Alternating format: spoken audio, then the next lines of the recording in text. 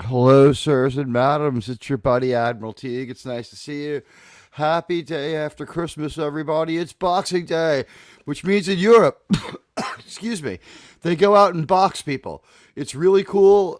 You go out in the street, from what I understand, you take on all comers, as it said, and you begin pugilistic like endeavors where, I guess the strongest man wins. It's radioactive. Hello, sir.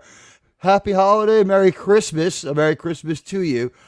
And you know what? The question here is: are you planning on seeing the Odyssey? Yes, looks great. Yes, some doubts though. Only if reviewed well. That could also, that's also a catch-all for no. And of course, like the stream, see the results. You're wonderful people. It's great to have you here. And we have, ladies and gentlemen, you know, in life. I'm sorry, excuse me. It's really cold, and it's just started snowing a little while ago here in New York. But you know what they say in life, sir, steam is better, and steam catapults like the ones on the World War II aircraft carriers. Those are the best. And you know what is even as wonderful, as beautiful, clean steam is hitting the notification bell for the shows. This is something that I found out like deep in the analytical beds where Admiral Teague doesn't look. I've spent more time working on sustainability than I have working on virality. And what I found out is constant calls to turn on the notification bell are extremely important. It multiplies your pull. Also, YouTube is really kind of deprioritized the idea that they tell people we're live. So, listen, don't like, I'm not saying turn on the notifications to your phone or whatever, but like when you see a live stream of mine, could you hit the notifications? And if you turn on notifications for this channel, I live by this notification policy. This is how I do it. With notifications, I obey the YouTube speed limit. And the YouTube speed limit is you can't set off the YouTube notification light more than 3 times a day. Clownfish notably break this, right? They break the YouTube speed limit. They post whenever they want. It's as much as they feel like it. Sometimes you wake up, there's 5 videos already posted. So they break the speed limit, but Clownfish doesn't have to live by the rules set for us mortals either. They're pretty big, right? So I have to not break the internet speed limit, the YouTube speed limit. So I never post more than like say twice in like if I'm gonna do a show, I probably don't do a community post that day at all. If I do a show and a community post, I need to keep in mind whether or not I need to do anything the next day, because if I end up turning on my YouTube light again within 24 hours, if I do something else, no one will know about it. Okay? So please turn on your notifications. And for people who come through later, please, please, please, your likes really help. People do end up watching my channel. We amass a good deal of views. Right now, we're trying to work on concurrency. It's pretty good, and we're catching a lot of people in the vertical stream. And we had like an insane amount of people on the vertical stream. If you're watching on the vertical stream, please, there's a link pinned to the top. You can go to the landscape stream and watch me commercial free. It's your buddy, Admiral Teague. I've been looking into a few things as far as today's stories. And one of the things that's really been sort of on my mind is this Star Trek fake news pipeline. I don't know really if naming names right now is the way to go, but let me explain how it works. There's a channel. It's got a great deal of subs, which can mean a lot, but they have 10 times more subs than I do, and they do the same numbers I do. Okay, so like 4 right now, it's not great. If I had more people with the notification bell on, there would be more, but the amount of people who come through later, that's pretty high. The thing is, when you come through later, you kind of miss out on the live experience. Now, I'm not saying that, it's not a re-listenable show. I try to be as re-listenable as possible. I will say this, if you have the chance to be part of the show live once in a while and talk to me directly through the YouTube, it's interesting. and it'll change how you feel when you listen later. But there are people like my pal Kyle Cullen and others who come through later. And you know what? Leaving me a comment really helps. We're at a crucial stage of growth here. We've put on a lot of subscribers, and I want to talk to all three of my audiences right now as we get ready to end out this year. I think there'll be a couple of more streams, but we're getting close to the end of the year. I'll start with you guys, the people who are the core fans. You watch the weekday talk show, news show, weird news show. The weird news show is going to get weirder as we go into the new year, okay? We're going to do more weird stuff. If I can't find weird stuff to do or get a guest, I will either blow off the show or find something. I will find something weird to do. Sometimes we'll relate like this. End of the year is a good time to have these sort of communications. And I'm looking at your chats as they come in. Hey, John. Be a cold day in hell before the Odyssey, as told by this director.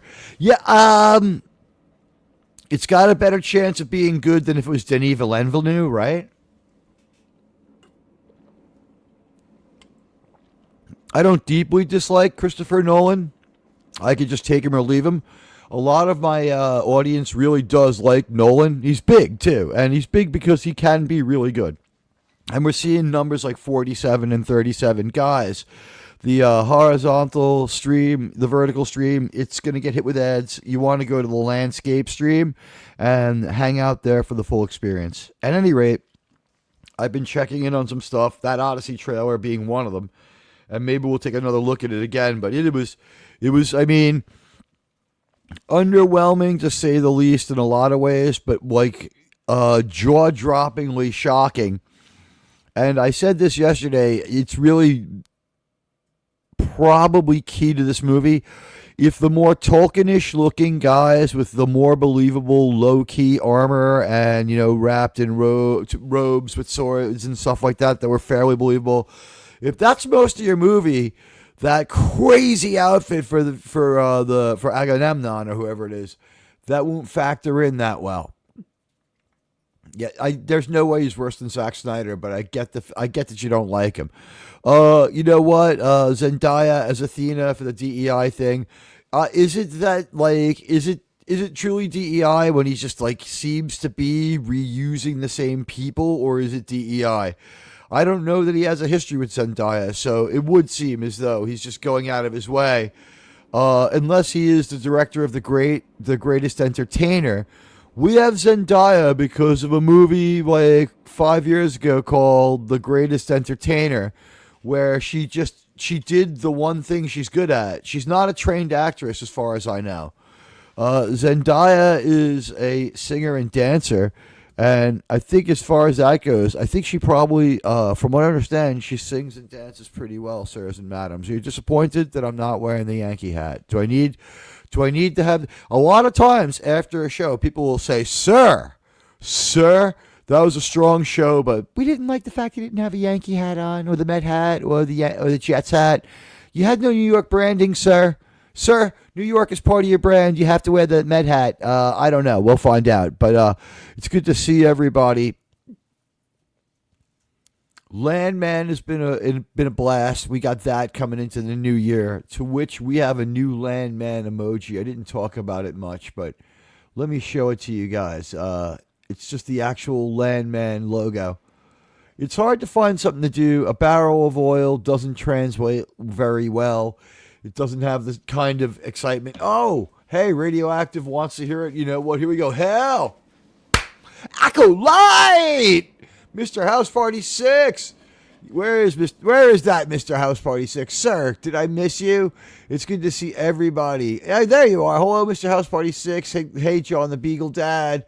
Hello to everybody. I'm in the chat, but it only shows me so much. Let's see how the poll's going. 75% of you are just so neutral on this one. It's not yes, no, or only if well reviewed. It's basically a no, or you're noping out and have no opinion. Some of those people ultimately have a shot to be won over, I would imagine. But yeah, we're seeing from the Odyssey, maybe maybe people are just a little tired of Christopher Nolan. Maybe they've had enough. I don't consider him a one-trick pony. I do think he's a good visionary, and I do think he's a good director. However, you can see the problems with him. Sometimes with a movie, it looks like he doesn't really care. I would say that I felt like I felt like they rushed the ending of Interstellar. It didn't make sense. I would say that was one thing that I definitely felt. I would say that in Dunkirk, not showing the enemy while stylistically is, kudos to him. I mean, he wanted to do something. He wanted to do something that was different, and he wanted to make a war movie that was unlike other war movies. And he pulls this off in a way that is unique. I don't know if it's a way that I find personally laudable. It wasn't a movie I would have seen in theaters had I known of this experiment of his. If I had seen it at home, by the way, I want to say I might have liked it. Hey, Jason Love, good to see you. LOL, The Odyssey starring Matt Damon. Matt Damon at least does have something of a sense of humor. He seems to be. It's weird. The Wonder Kid of Damon Affleck. It keeps going back and forth. The thing is that like Affleck is not as likable as Damon, but Damon doesn't end up in as many big movies. But then with Affleck, like when you've been in a bunch of movies and people are like, I don't know, either tired of you or you've strained your credulity or maybe not quite wore out your welcome, but like maybe one too many mid movies, and connected to a lot of controversy, as our British friends would tell us. Well, of course, people are going to wonder, what's with this weird guy, and it seems to have been now Damon who has got primacy in the Damon Affleck duality. And I would point out that Damon probably has spent 70% of the time on top, but it's like quiet. It's like when both of them drop down to B level for a little while or reduce visibility or don't do movies or they like throw themselves into directing, we don't see them in front of the camera. Then like both of them drop down to A-listers with like B level interest and B level excitement. Unless one of them has like a wild personal thing, like if Affleck changes up the Jennifers in his life, and Jennifer Garner still looks great, and she like makes money without having to do anything. She endorses just everything.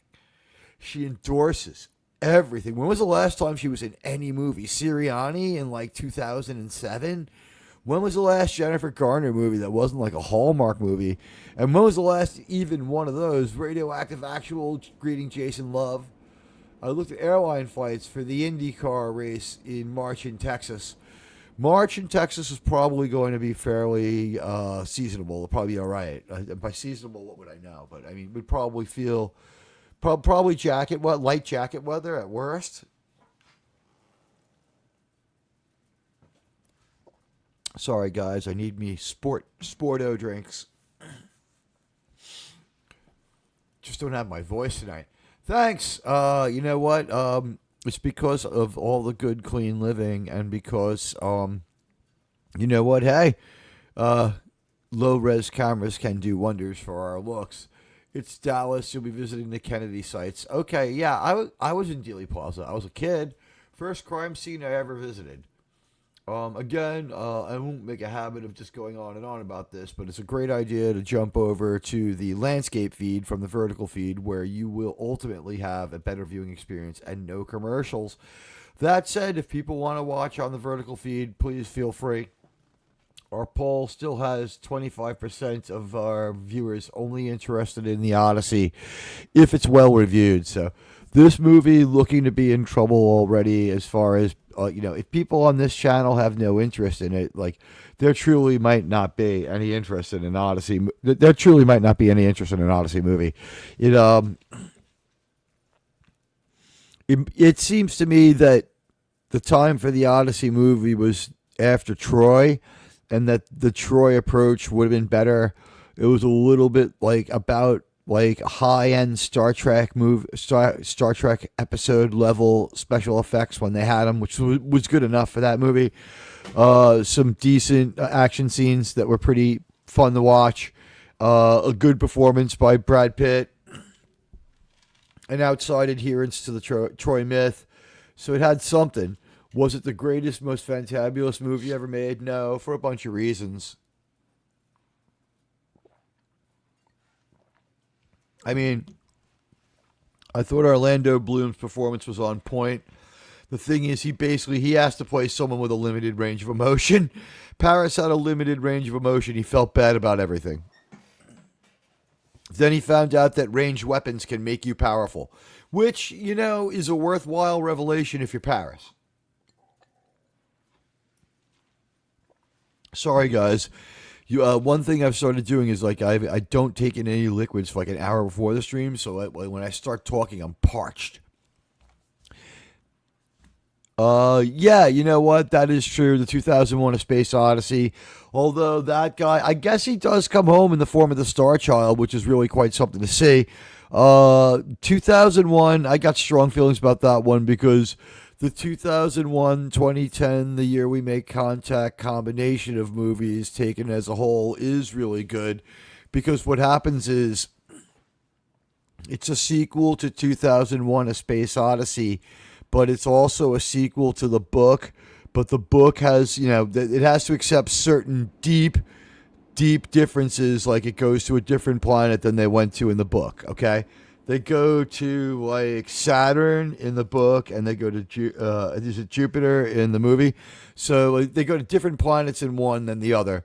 And so like, basically it's a sequel to the movie, but what it does is it reconciles a lot of major plot points, though not major plot methods, like which planet they go to. A lot of major plot points are reconciled and like hybridized or synthesized together to make a second movie that I guess you would have to say one of the best repair jobs in Hollywood history.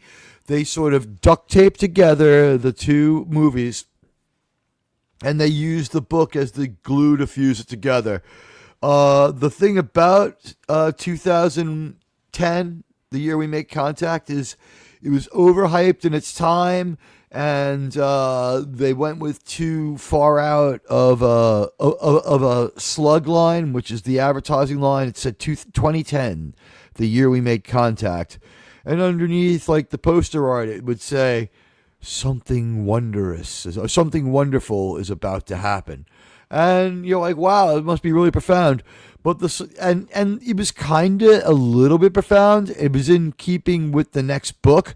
It goes with the beginning, the end of 2001 and the beginning of the next book are about how the planet lights up into like a second sun.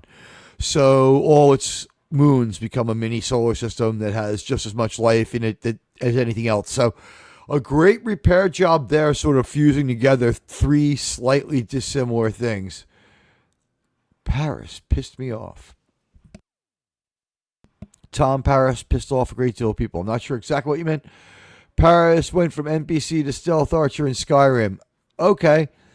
You know what? I got to do a little more video gaming. I was playing Olympus Has Fallen, and boy was I Utopia Must Fall, and boy was I terrible at it. Oh, I'm sorry, buddy. That sucks. Please, maybe some CBD or something. Talk to your doctor about that.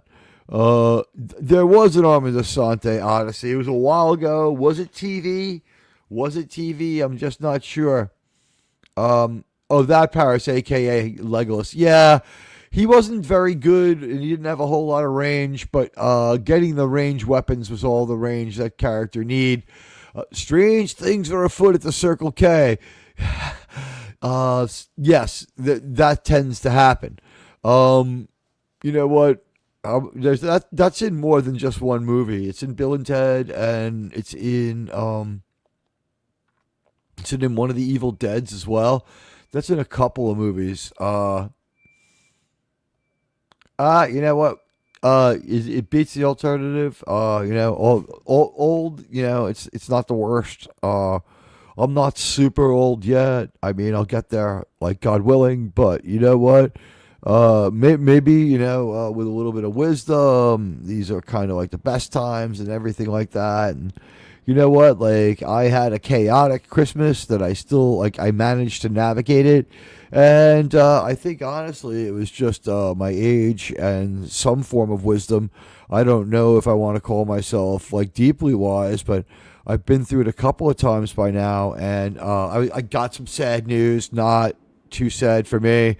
When I was with my mom, I noticed some stuff about her that was a little bit worrisome, but like, everything checked out okay for the moment, although there needs to be a follow up on that. I mean, obviously, that's worrisome, but, dealt with adequately enough for now. A couple of my friends, terrible holiday news about them. Some of them were as close to me as family for a very, very long time, and I knew their families, and I know these people that were lost. That doesn't affect me as much, but I do feel the sorrow of the weight of the sorrow of my friends, and I feel terrible for them. And there was a time I just would have called up, but everyone's older now, and it's just like you get this text message, and when you yourself have been through it as well with the loss of a parent, it's just like you've got so much going on when it happens that you're just completely tied down, and you're not going to be able to respond. So it's you stick with the book. You know what? Probably helps. And also with life, stick with the book. As with my life, you can watch the movie. There is already a biopic of my life. It's pretty good. It's my last life. There's a movie about my last life. It's called Patton. Perhaps you've heard of this movie. It's about a defiant man in my last life, something of a soldier, and I would wax poetic about stuff like the Romans and the Carthaginians. Carthaginians defending the city were attacked by 3 Roman legions. Arab women stripped them of their tunics and their swords and lances. The soldiers lay naked in the sun. 2,000 years ago, I was here. Well, this match will not be postponed. Well, you know what? This match will not be postponed, and also this winter storm warning in my city will not be postponed. I'm in New York. Snow is awesome in New York until it sticks around too long. You need to warm up like 3 days after the snowstorm to make the ugly snow go away. It is one ugly thing. Let me tell you, you've not seen anything until you've seen ugly snow. Ugly snow, possibly the worst thing you can imagine. When it sticks around for weeks and weeks, it is the worst. I remember back around 2000 and maybe 2012, we had like the weirdest thing to happen in this town really ever. 40 straight days below freezing, and most of them were actually in the 20s. Like a warm day on that month was like 22 degrees. It was really freaking horrible. There were a few days in the teens, and what happened was it snowed. It snowed like every other day. And New York is not set up for nonstop, constant snow.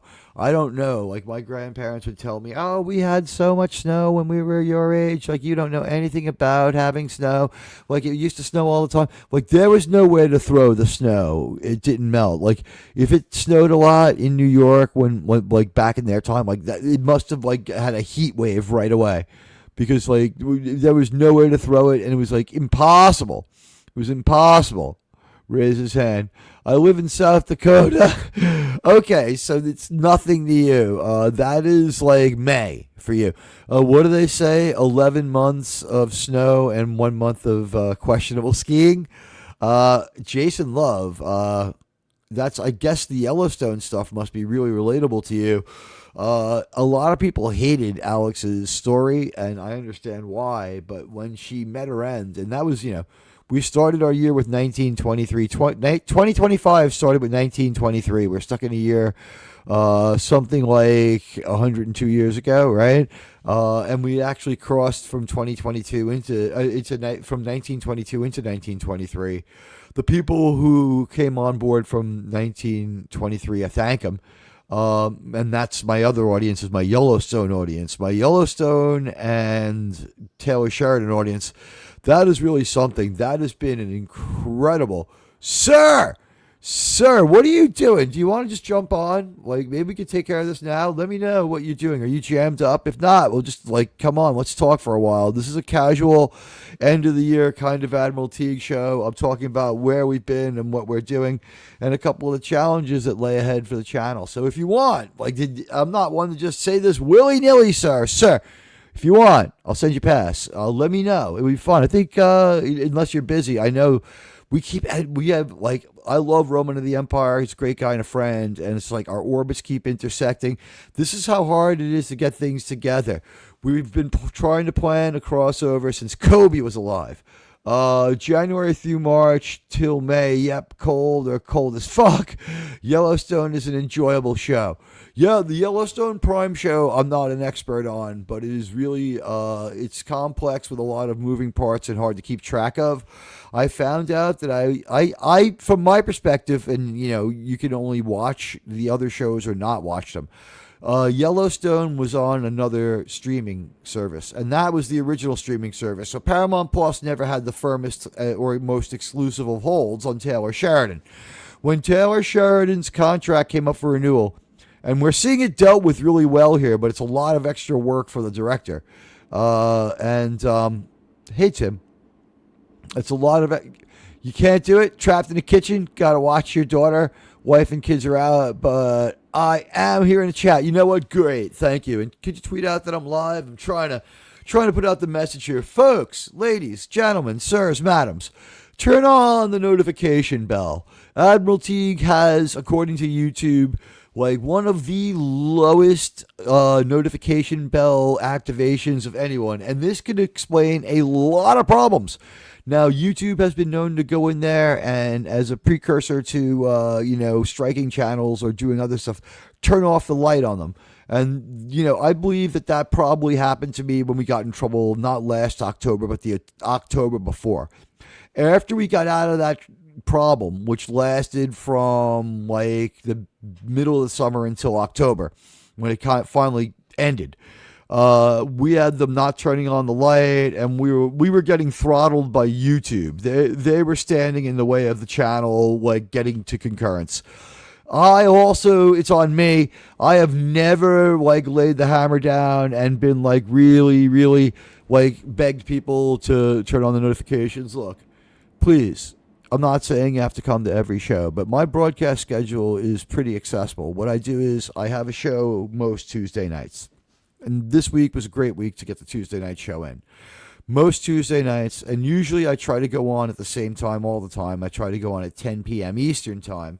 Although, this is a special bonus show. It's Friday. And, we're going to find a way to get the views out there and to engage people and to address the notification bell thing with just a simple plea.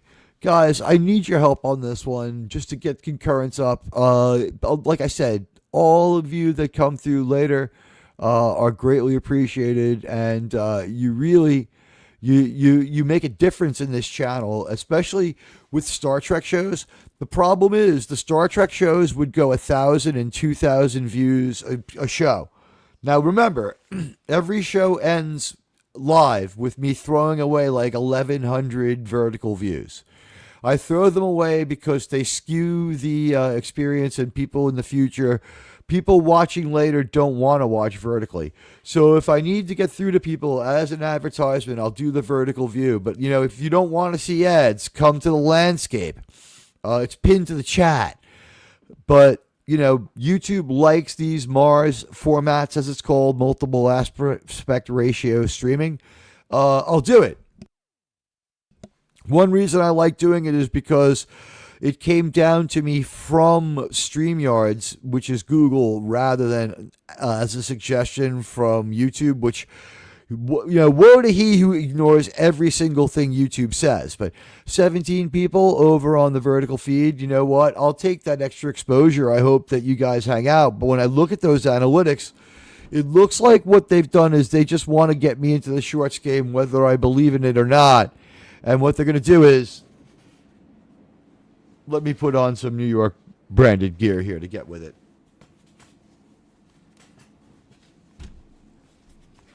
I'll put on something. I'll put on something with bicoastal appear. Here you go, sirs and madams. It's a Dodger cap from when they were in New York. It's the Brooklyn Dodgers. All right. So, you know what? YouTube has put all of us into the shorts business this year, and it doesn't matter if we want to do it or not. For the most part, it's my opinion that the vertical stream is us being used to clog up the shorts feed so that people scroll through us, because the tune out time for everybody on the vertical stream is usually pretty short unless you're a TikTok style streamer. People are they're getting hit with a couple commercials, they orient themselves. Some people will join the channel, it's good for growth, but after the show I terminate the vertical feed, which runs with advertisements because I have to deal with it, okay? But you know what? It incentivizes people to go to the landscape feed, which is stabilizing at a slightly higher number. I would like to see us get up to 10 people watching at the same time. I have 3,000 subs. Breaking double digits in concurrence would be something that having the notification bell on would probably remedy. I'm not complaining. You guys are the most loyal and the most generous of communities, and the views afterwards justify it. Christmas, yeah, everyone was looking for video on demand afterwards of other stuff that was slightly different, something more narrative than us talking and relating. In old school, we have several show styles here. Today, it's kind of like talk radio, right? I turn the avatar on and off to orient you, and if I need to get something across, to you. Otherwise, we talk like AM radio. Since the Dodgers were called dem bums. Yeah, right? Yeah. I get it. I'm on standard YouTube. It looks weird. You're on the vertical feed. You're on the vertical feed, I can tell. If you go to the top, there's a link pinned to the chat. There's a icon next to your Roman. There's an icon next to you on the feed. Let me see. It doesn't show up in StreamYards, but the vertical icon shows up next to your name.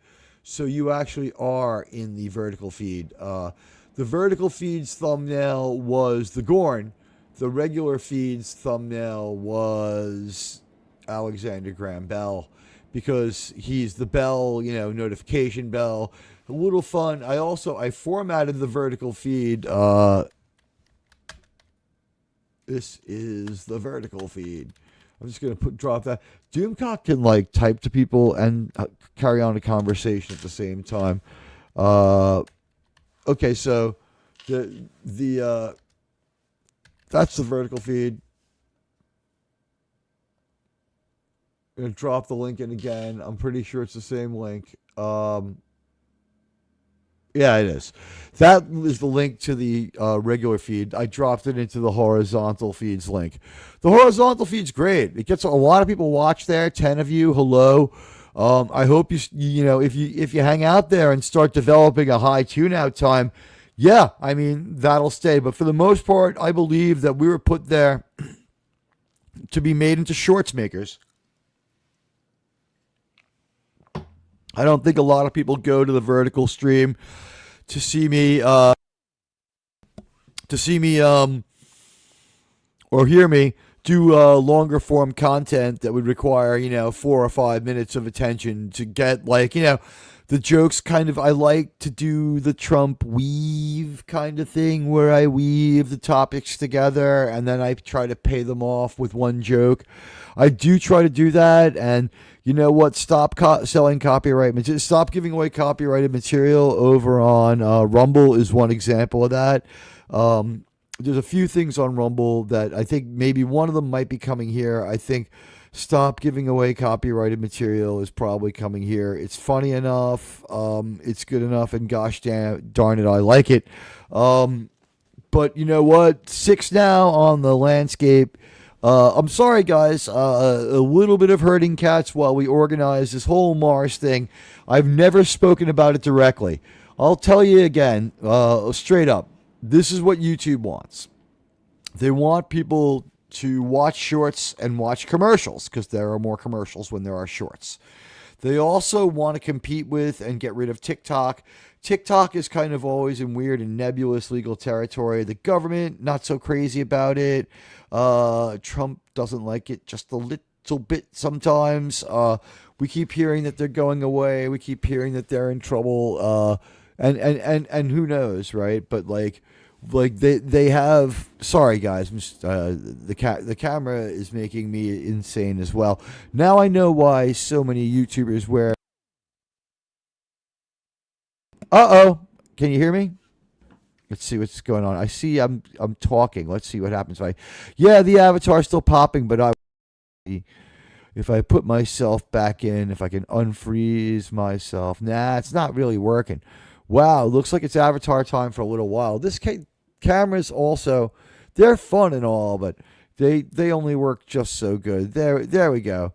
There's your ad. I froze, and it's weird how the low res ones are better, but they squash your face. Anyway, there's me. That's I said, but we'll see if it spools up and starts working. Let's give it a little break. But yeah, we do the AM radio style thing for a while, and then we'll break through into more interactive. When we do Star Trek, much more interactive. We have deadwood pheasant hunting and a good area or two for fossils. That's fascinating stuff. Fossils, ancient stuff, deeply interesting. Also, that area is now interesting to me, and I might be sort of in that area, close to you. By their distance, this would be 12 hours, but I have an uncle who moved there, so maybe in the summer, if I have a few quid, I'll try to visit him. It would be cool to see these places that I talk about, and now I have an excuse. I believe the Badlands was an ocean or water back 60-ish or a million years. Yes, it was an ocean. It was in the 1960s is when it was an ocean. It drained out in the late 70s. And in fact, there was still a lot of it was good for fishing and boating all through the central Badlands until the Clinton administration. Clinton, of course, the one who made us start paying money for gas. Before that, they gave us money to take the gas away from the gas station. A lot of bad stuff happened. His second term, real disaster. But no, the Badlands was like an inland sea. Shallow by most accounts, but I don't know if it was shallow like 8 feet. I think it was shallow like 20 feet. It was still pretty incredible. Most of the ice cap is that. Here it is, the standard field. Yeah, and the icon has been gone next to your name.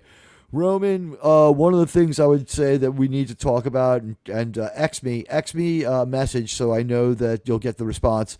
X me, and I'll explain to you the Mars philosophy, because unfortunately, it is something that I think that if people are naive about it, you may end up paying a price. While it is brand confusion, I believe it is controllable brand confusion that I am out ahead of. We are now stabilized at 7 on the vertical stream. And now that people see that's 7 on the landscape stream, the mothership, so to speak. And, the pinned note at the top of the of the chat for the vertical feed doesn't get seen because you have to look for that chat. I do my best. The scrolling message should help. You eliminate the view of the vertical feed because you don't want to see it. It's nauseating, actually, to a degree, to have to look at both of them at once. As I check it now, it doesn't look too bad. It has some appeal. Is the camera working again? The camera is not working at all. Wow, I really fucked that camera up. Oh wow. If I move it more, though, it does start working again. All right, so we have the camera. Now, my hat is actually on symmetrical, so you're just going to have to accept the fact that the camera itself is off-center. It's a flaw in the camera, not in my belief in symmetry. Anyway, sir, yeah, and we'll talk sources and methods. I believe that there are some very important things that people need to know about Mars that I have deduced and might be wrong about. I might be wrong about this one. But I will say this, going with the dual approach, and 13 now on Mars, guys, or 13 now altogether with 8 on landscape. Those 5 people on Mars, if you like the show, you've seen it, and you can get away from commercials on the landscape stream.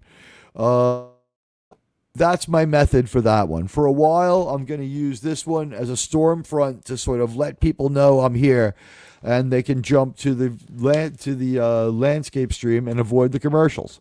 If people prefer the vertical view, I'm going to give that to my overlord masters because I don't mess with YouTube. They sent this one down through StreamYards, which to me was chilling. I'm like, why would they send it to us this way? And now we got 9. I realized that it's going to bifurcate my numbers for quite some time. The thing is, it's a rewatchable show, and we do get a lot of people watching after the fact, sometimes twice as many. And when these Star Trek shows or any show goes to 30 likes, we have attention and a boost from YouTube that gets people watching. I hope everybody had a holiday. Are you planning to see the Odyssey? Most people just aren't even engaged with the question. They're supporting the stream by interacting. I thank you. I always have to fix my Yankee cap too. Yeah, I think I need to get either an unbranded hat or I think Star Wars Theory has it figured out. He has a hat with a logo that's asymmetrical. It's like off to the side. I need like a hat with like the little Adidas logo like right there, so it won't look right anyway, and I won't get confused. Paulie the Latino Saint has like a Cuban style version of a fedora style bucket hat kind of combo, and that is like symmetrical enough with like a trilby kind of a feel to it. That one, like he manages to make it work. It looks like he wears it at a jaunty angle. I'm going to suggest he might not be doing that, and it might just come off that way because of what I've seen about hats on YouTube. No shade on him, good YouTuber. But yeah, and you know what? As we look back at 2025, it was a really low entertainment year. A lot of people did a great job of categorizing and calling out the entertainment to satirize it and to mock it. And I did learn a great deal about that. Last year, 2025, as we close it out this year that we're finishing, this was my strategy. Develop my niche with Paramount Plus as strongly as I could. Increase the station's profitability so that I could handle the StreamYards because it was a major, major blow. Over the course of 2 months, I've covered all the StreamYards and made a dent in my editing software. I try to make edited content once a month. The It's a Wonderful Life stream went really, really well. The It's a Wonderful Life upload went really, really well. I thank everybody who watched the It's a Wonderful Life upload. Right now, it is up around 1,000, and I think that validates my strategy on that one. It was a different attempt at some kind of virility. It's getting very, very close to 1,000. It's having an 11 view hour right now as we speak. And it is, it's at 1,028 views. It's a Wonderful Life did it. And it validates my theory. Here's what I did. I decided that if I made my holiday video by Thanksgiving and dropped it on Thanksgiving, especially with this movie because they show it on Thanksgiving, it would probably have 2 lives. The first life would be after Thanksgiving, and YouTube nerfed that shit. They nerfed it really bad. It got 116 views. It's still up to like 200 impressions. I got 1,000 views off 200 impressions. How? Well, I went to the Reddits, and also I inserted it into a lot of X threads. It's not something I'm going to do a lot, but I really wanted the It's a Wonderful Life parody video, which is some really, I think, the best satire I've ever done. I wanted to do satire, and I wanted to do good satire. I put a lot of effort into it, and last year the audio debuted. The audio debuted with some of the video, and I redid all the video this year because last year it also it performed all right, but it sort of underperformed. It sort of underperformed in the true matrix thing. So, sorry, typing and talking still not the easiest thing. I can't split my mind like that. It's a troll video, but it's a purposeful troll video. It's a fun troll. We're trolling for fun. The point of the troll video is this: It's a Wonderful Life is a movie where everything is it. Your favorite thing that came out of that year, out of this year, was Weapons. That was brilliant. All right, so Weapons is about to hit some streaming, so I will see Weapons soon. I have a desire to see Weapons, and I heard it was good. Movies I saw in the theater this year were almost all re-releases and movies that had been out in other years. There wasn't a lot this year. I started the year with Snow White because the channel wanted it. It was as bad as they thought, and it was actually fun to watch in the sense that I was sent there by the channel community because they wanted to see how funny it would be if I did my own reviewing, my regular reviewing style with the oh wow, that the hat was symmetrical there you go. I wanted to do my regular reviewing style and apply it to this movie that looked like it was going to be a trash fire, and I took like 3,000 words and 3,000 characters worth of notes in there, just like shh. I was like constantly like just like putting down the plot. I had the whole plot down when I came and did the out of the theater video, and it got a lot of attention. Not viral, but the channel, the people who really are there for me, you are the ones who wanted it. So when I made it, it was a lot of fun to go there, and it was a lot of fun to make it. And I think that it was one of the more enjoyable experiences. The next one we saw was Captain Sam Falcon Man, who's just like, that is now the only thing to call that movie, because he's not Captain America in any real sense of the word. What did he accomplish as Captain America? He got the Red Hulk to feel bad. Like, it was like a lame version of the Captain Kirk ending, where the Captain Kirk approach, where Captain Kirk convinces the computer that it's bad, and it should feel bad, and it should fulfill its primary function, or whatever you want to say. It's some strange shit. In the words of George W. Bush, that was some weird shit. It was one of the worst Marvel movies of all time. Maybe they can correct for it, maybe they can't, but it was impossible to enjoy Captain Sam Falcon Man.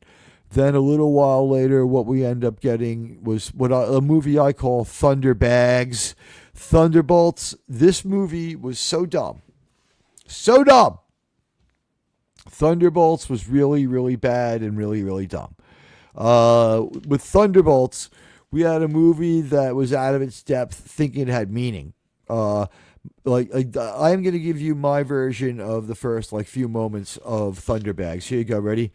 I am Yelena. I dress like shit. I have bedhead. I am Yelena.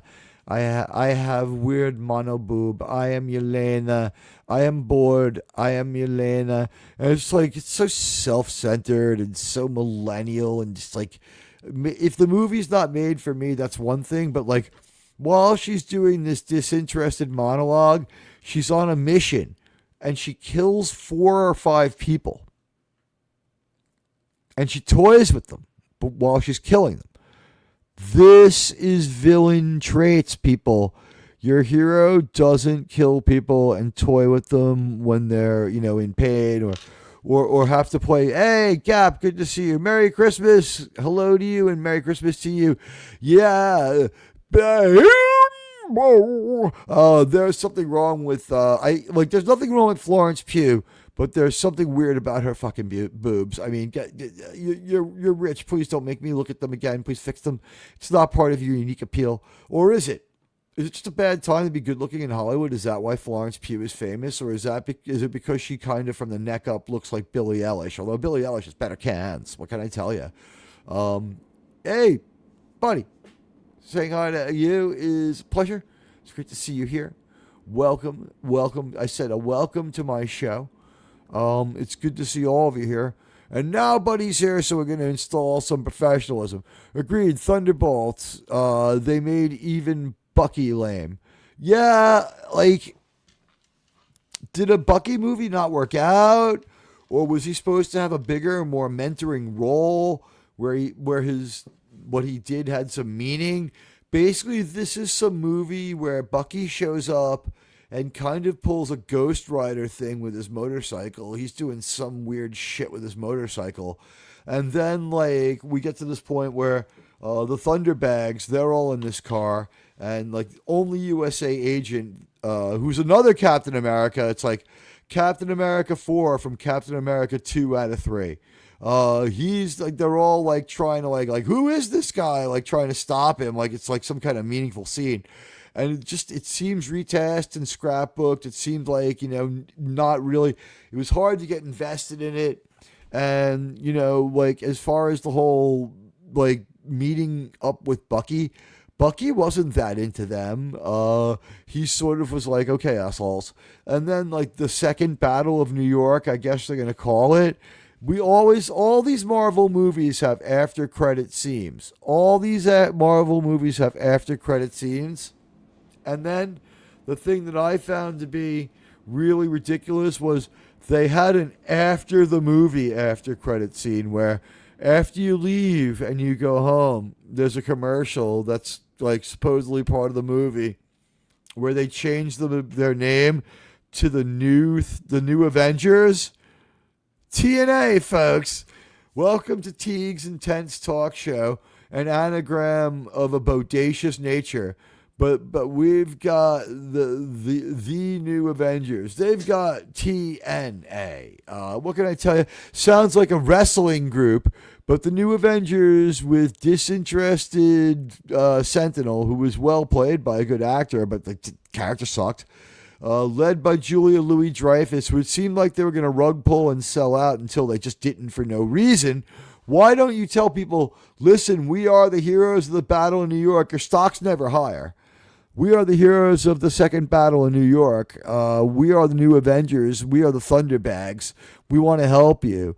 You know what? This lady's evil. She's a fucking asshole. You know what? And then the next movie we saw was Superman. I believe I saw Superman, then Fantastic Four. While there was some fun to be had in Superman, it wasn't much of a Superman movie now, was it? There was very little Superman-ness in the Superman movie.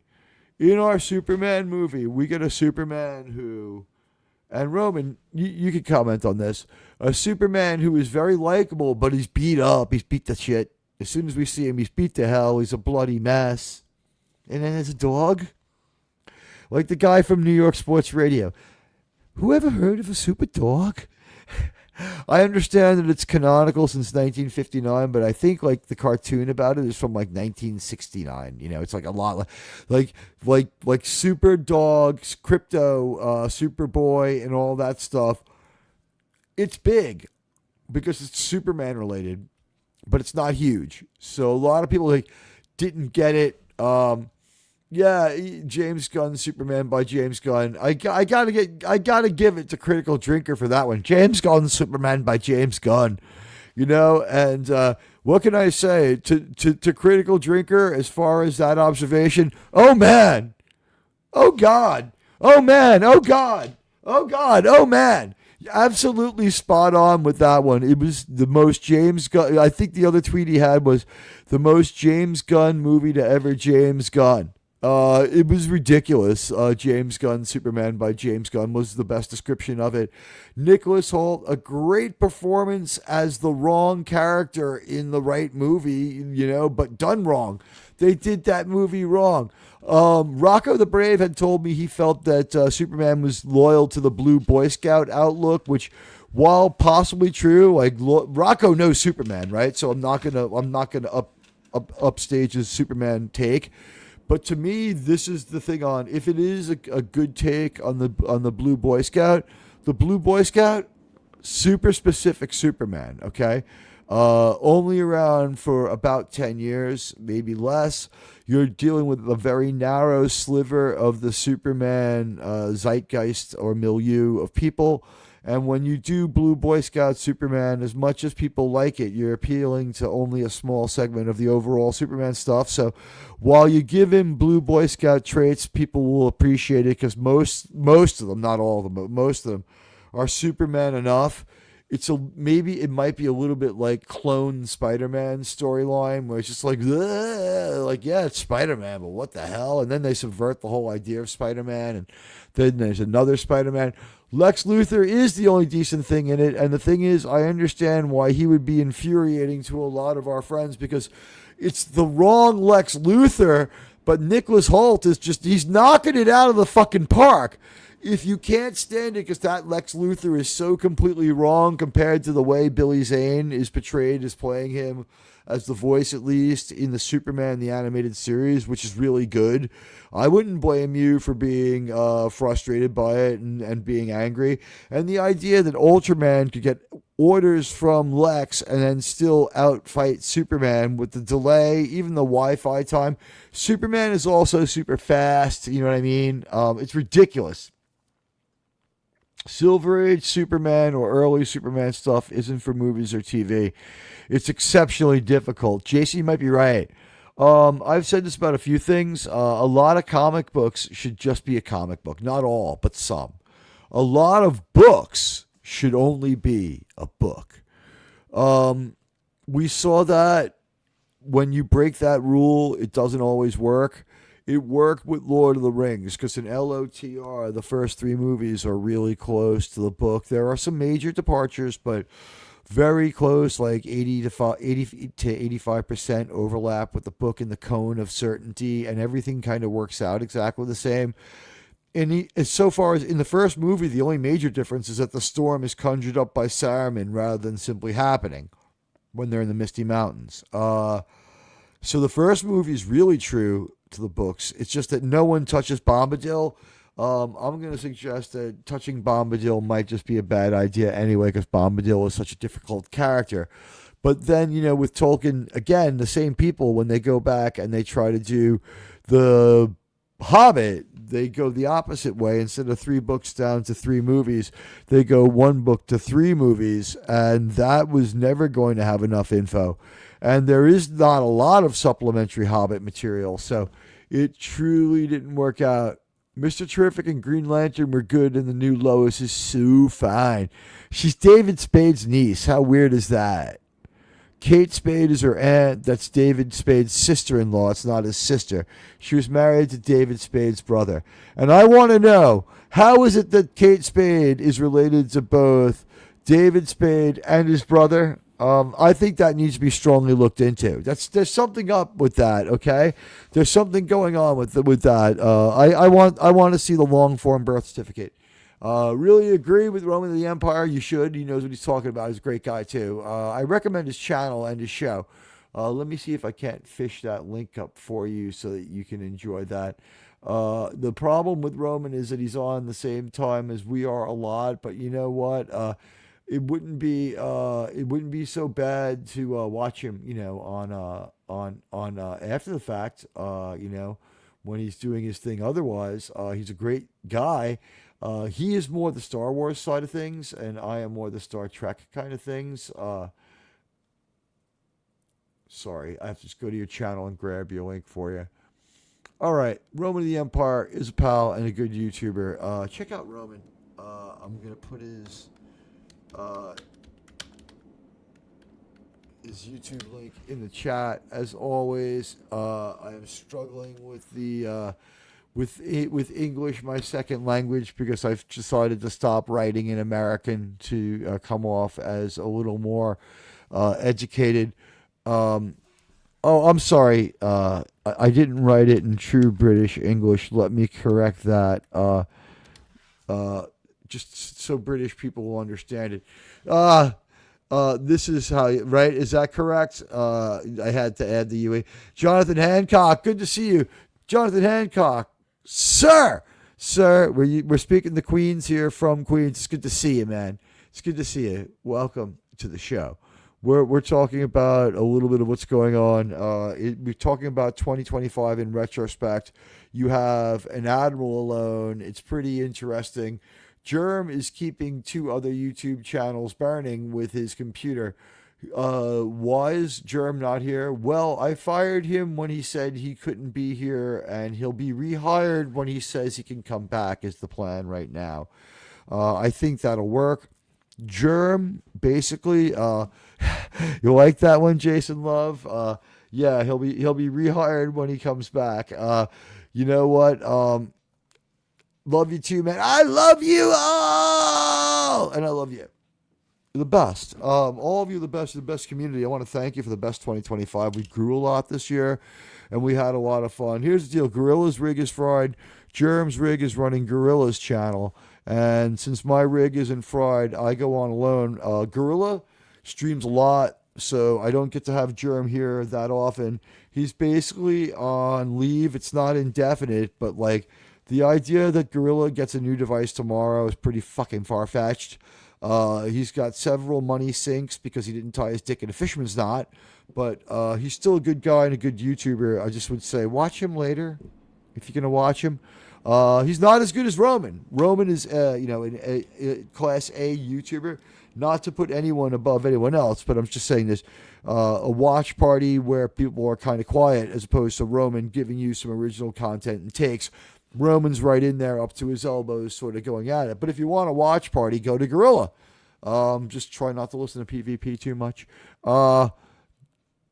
Godsmack's Teague streams alone. Godsmack's, when I saw them, they were good live. I was a theater worker for a while, and they were okay. Their show was good. I didn't go there because I thought they were great, but their show was good.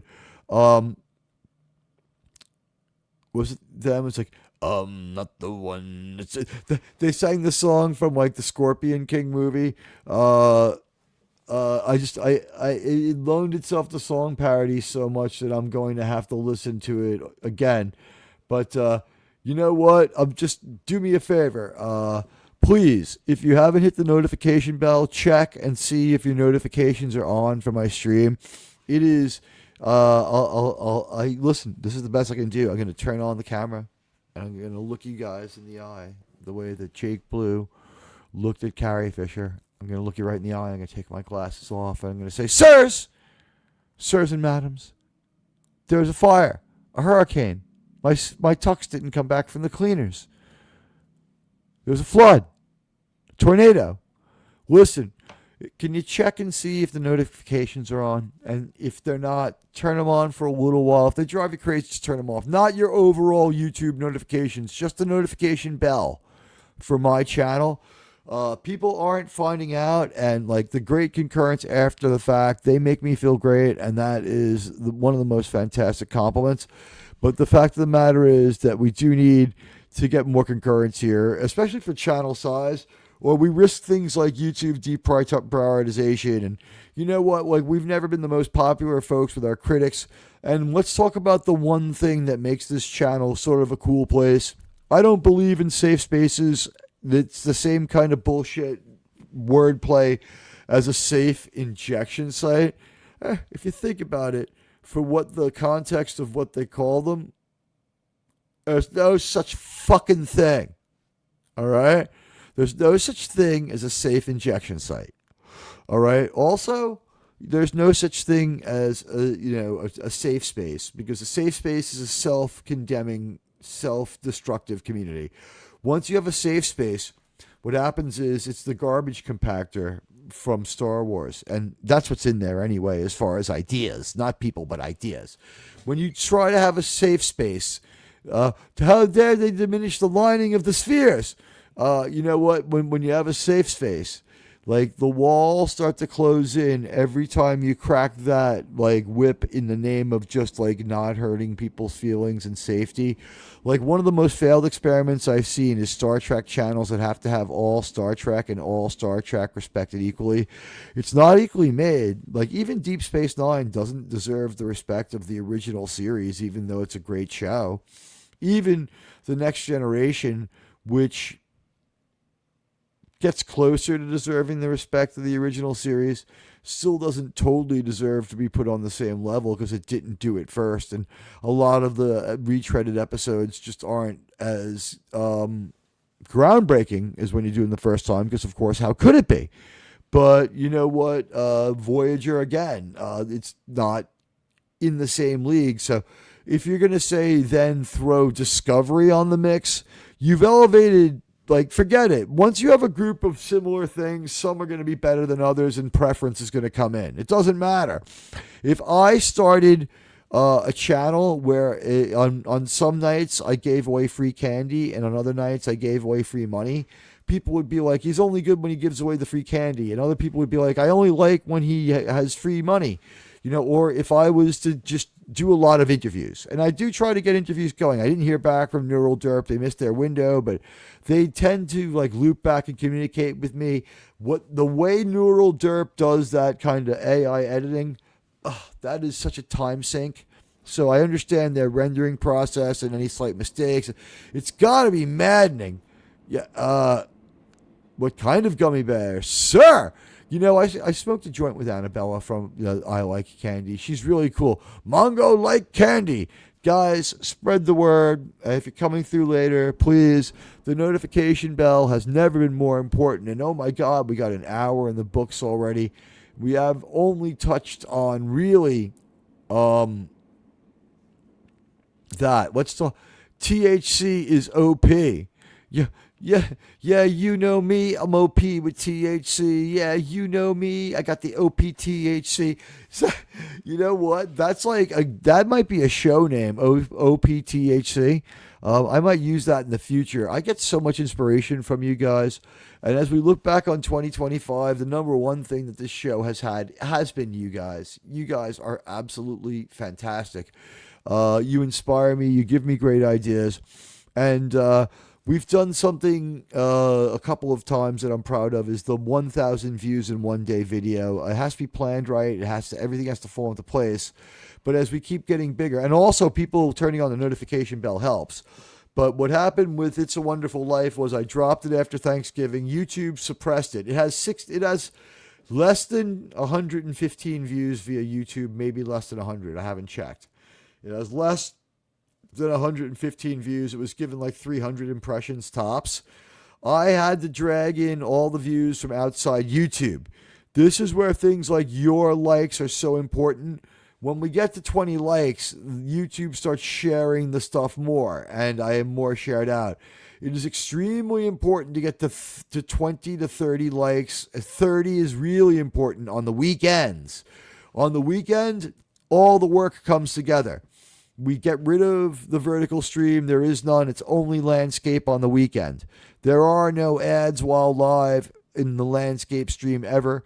And we try not to seed the ads into the show until YouTube lets us, so that they come very rarely.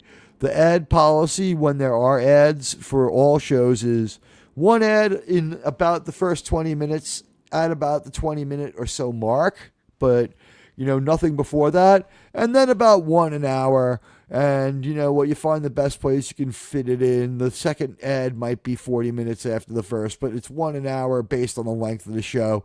If there's a 4-hour show, it's going to have 5 commercials. One the first 20 minutes in, and then one every about hour after that, give or take. Do I mess up sometimes and not put in enough ads? A lot. Do I mess up sometimes and put in too many ads? Much more rare. Do I get locked out by YouTube and have no ability to affect the amount of commercials for a while? I try to remember to turn off commercialization and monetization until they hand me the keys to it, but it buffers for like 12 hours, and that's a problem. I use the Mars feed because I do not know how they will treat people who want it. You got Pooter for Christmas. That sucks, unless Pooter is the name of a specific item that I don't know. Spliff powers combined. Form of smoke. Form of Kool-Aid sized battle weed bud. Listen, I'm going to give you just a little bit of advice, friend to a friend. If you do a lot of smoking of weed, it's like so really bad for your teeth. I didn't know about this till they did a decent amount of damage. They're okay, but there was a decent amount of damage. I had to I am like a little, like I'm not going to end up on the street, but I am like going to be so financially challenged for like 4 months paying off my teeth so that I can have money to pay off, to get more teeth done, to be financially challenged again. That's where you guys really improve my quality of life. I want to thank you guys for having a working cell phone last month. This channel's made a difference. I have a real gig. I go out in the real world and I make my way. but it's a gig where you shape up for it, kind of union style or whatever, non-union style. It's not manual labor, but there's an agent who sometimes procures me a work in the loop and other stuff like that, and I do my best, with the hiring agency that I use to try to get there and work as much as I can. But you know what? This time of year, there's nothing because it's a lot of times you're outdoors with what I do, and it's tough. You know what? You guys are here for me though, at least for some comfort and some enjoyment, and to talk to me. Am I pushing this on X? This is why I don't put it on X. The X glance count, in the analytic that you find out later, there is no way to really quantify it. The view count is a glance count. However, there are metrics for it. Because of the Mars thing, if I want to go to Rumble as well, I can't go to more than 3 destinations without paying StreamYards more. And as much as they would love that, that would then just cripple profitability for this channel. In a year, this channel's rounded off usual take, it takes, say, 5 months to take care of all the expenses that the channel itself incurs directly. StreamYard's about a month. It's taxed in a really weird way, sucks up a whole extra month than the taxes you would pay normally, which I don't resent, but we get taxed as a residual. Now, the Big Beautiful Act might change that, but like the one thing is when your tax situation is really, really, really nebulous, what you want to do is go there, take the hit, and let the professionals take care of it. So you got to go to a tax guy. This can be H&R Block. You push for maximum deductions, and then they sign it, not you. So if there's a mistake, nobody goes to jail. It's just a misunderstanding. And I don't know how many people know this. Don't live by this one, but you will get automatically a 72-month 72-month payment plan from the IRS on anything. That's their standard payment plan. If you fuck that up, they'll throw you in jail a lot of the time, though. Don't fuck with the IRS. They're the most dangerous government entity. Ask Al Capone. I got a disposable pen in my stocking. Oh, I'm sorry. Her name was perfect. Which person's name? Grace Randolph. I don't like her opinions as much as we watch the same movies. And she has a fucking great apartment, which makes me think she has a lot of money. Hey, Grace Randolph, I live in New York, too. I love your beautiful Parkview apartment. I'm Admiral Teag. I'm a rather handsome man. We're not that far apart in age. You know what? Maybe if you're into it, you know what? Call me. You know what? Love that money. We're not going to agree on the movies. We got to agree to disagree. But here's the thing: we watch the same movies, and she's really wealthy, and she has a great apartment. So call me. It's only December. Yeah, Jonathan Hancock. It's going to get a bit colder, but the days are getting longer as of the other day. And Merry Christmas to you too, my friend. Merry Christmas. I had a rough Christmas. One of the most difficult in years, while I myself came out of it in one piece. Little bit of a medical problem for Mom. She's going to be okay. Taking her to a specialist to get everything double checked, but it looks like she's going to be okay. But that was Christmas Eve. That fucked that up. Christmas Eve has been a nightmare for years in a row. Something always goes wrong. Hollis, what can I tell you? Christmas in Hollis. It's not what it's all cracked up to be. That was rough. And my condolences to my 2 close friends who both lost parents in their interconnected families. It was really rough. Yeah, if you think you have to keep having the Mars, I prefer the horizontal, but they promote the vertical feed way more. Yeah, the landscape or horizontal feed is better. Every time you and others make my homepage feeds, it's always the vertical. Yeah, they're pushing it more because what happens is you have to look at the vertical and then see 2 ads and get out of it. And if you don't, they get some premium sells more because of the ads. This is to clog up the shorts feed, Roman. That's why. And then I unlisted later, and those numbers count more. And you know what? The vertical feed is what it is, but if you leave the vertical feed up after the fact to try to show that you're like a mighty YouTuber, like I looked over on Sidetrack, no shade, but they have 32,000 subscribers. They have, it's rare for them to have 7 concurrents, like I have right now at 1/10 their size, on just my vertical stream alone. On the horizontal stream, we have a few more. Guys, the link to the horizontal in the horizontal stream is linked to the landscaper stream. I'm sorry, the link in the vertical stream is linked to it takes you to the landscape stream. Go there, get away from the commercials. We want your hearts, not your minds. There are no commercials live. This is Green Room. You know what? I'm not. Is that like another service that repackages YouTube? Or are you talking about like it's actually still nice out by comparison to how it gets later? Because I will say December usually not the worst month overall. December is usually nice in New York. You can count on 40s and 50s during the day, and we'll get back to that maybe before the end of the year. But usually what happens is a sharp drop in temperatures in February, and then like January is a fairly big month for going to Disney because people get out of New York.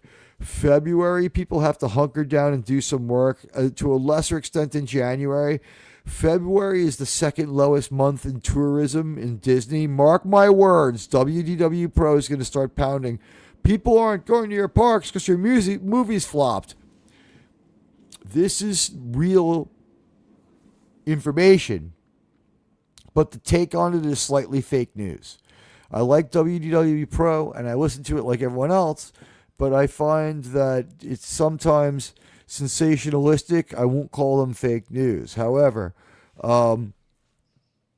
Pro disabused himself well trying to talk about the Rob Reiner story, but really maybe one Rob Reiner a week update is all we need. The ever-changing situation, a story about a luxury hotel room that his own panel debunked on him on air. He didn't look overly ethical there as much as he was trying to.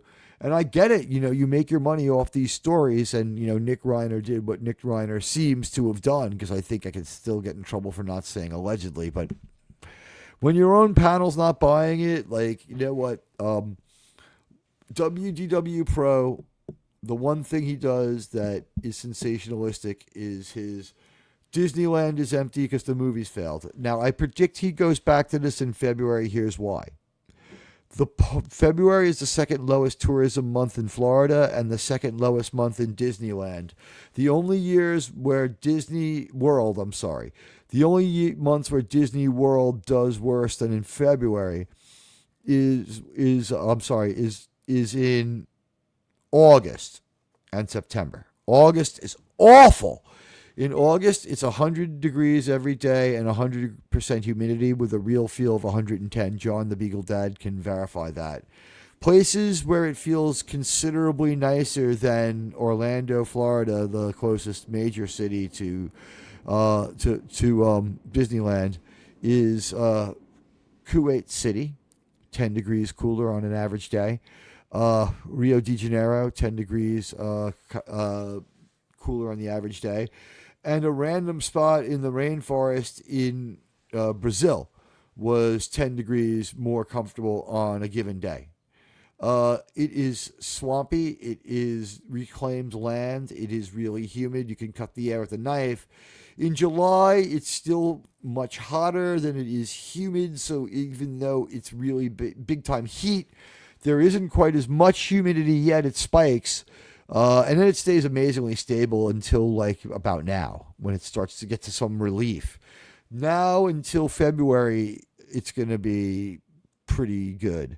In March, it gets ideal for a while, and that's when the spring breakers come, March and April, and that's when they're in season.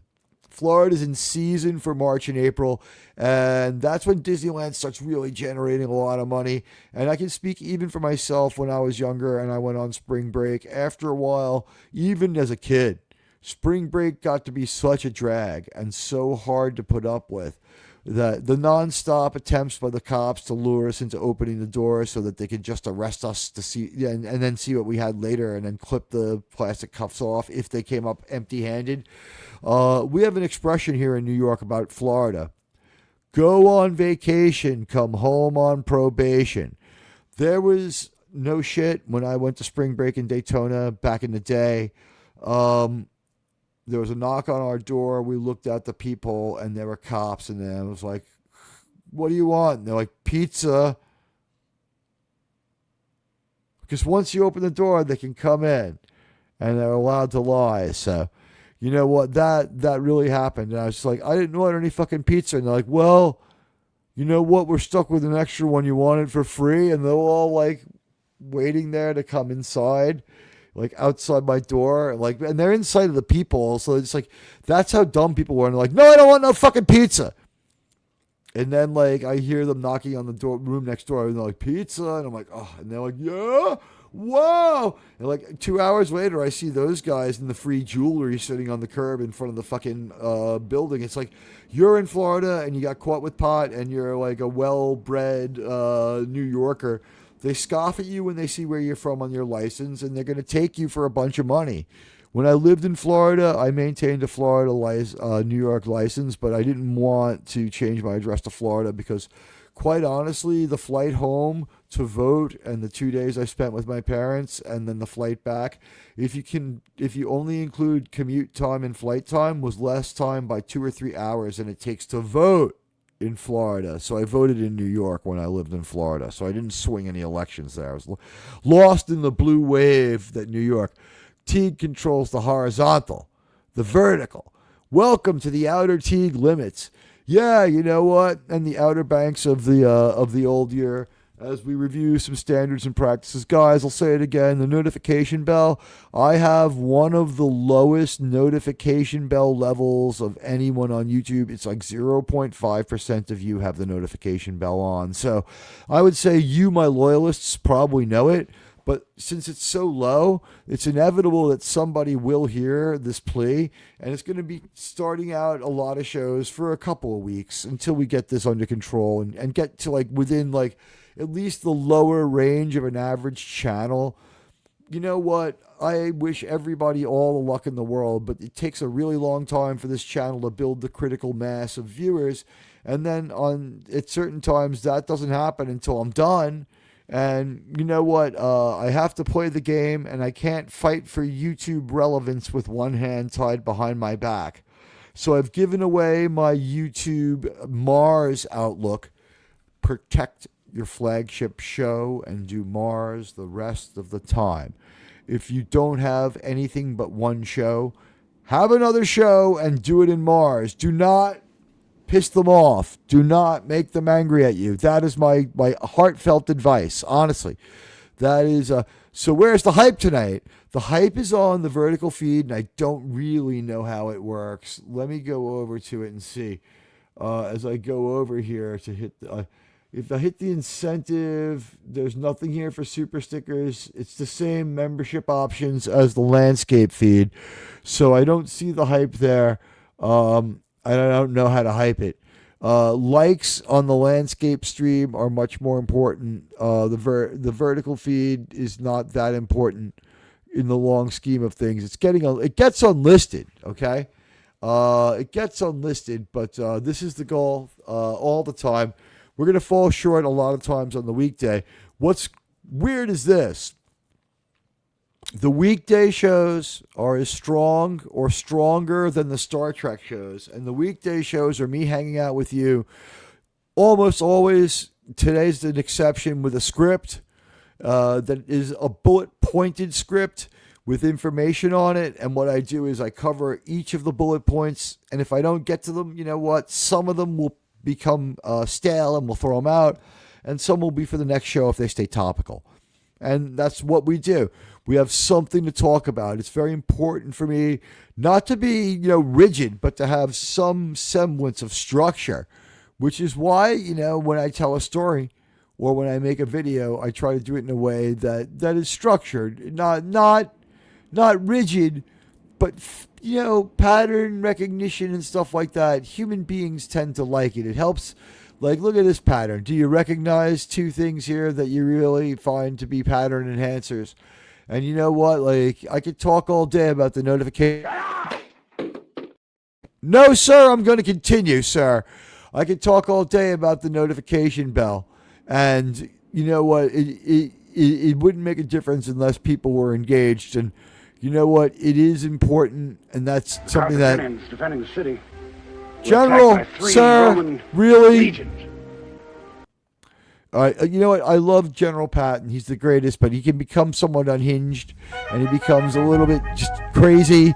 But you know what? A better co-host, except from Germ, aside from Germ, Patton is one of the greatest co-hosts ever. But, check the notification bell for me, please. It really is important. And if we get to 30 likes, YouTube sort of starts to supercharge it. If I could have the low end of my best show become my average, and it will happen by the end of the year, but I'd like to see it happen by March. And I think this notification bell rant is worth it.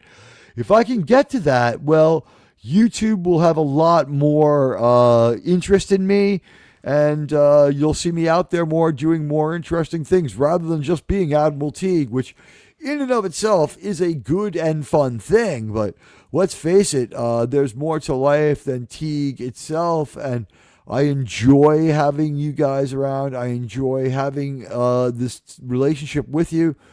But also, the other thing I enjoy is, having YouTube push the show a little more than 115 or less, 200 or less impressions for a show that has 200 or less impressions for a It's a Wonderful Life upload that I whipped to 1,000 through getting abused by Reddit and being really I can't do this every time, but this video I wanted to hit 1,000, being a little pushy on X.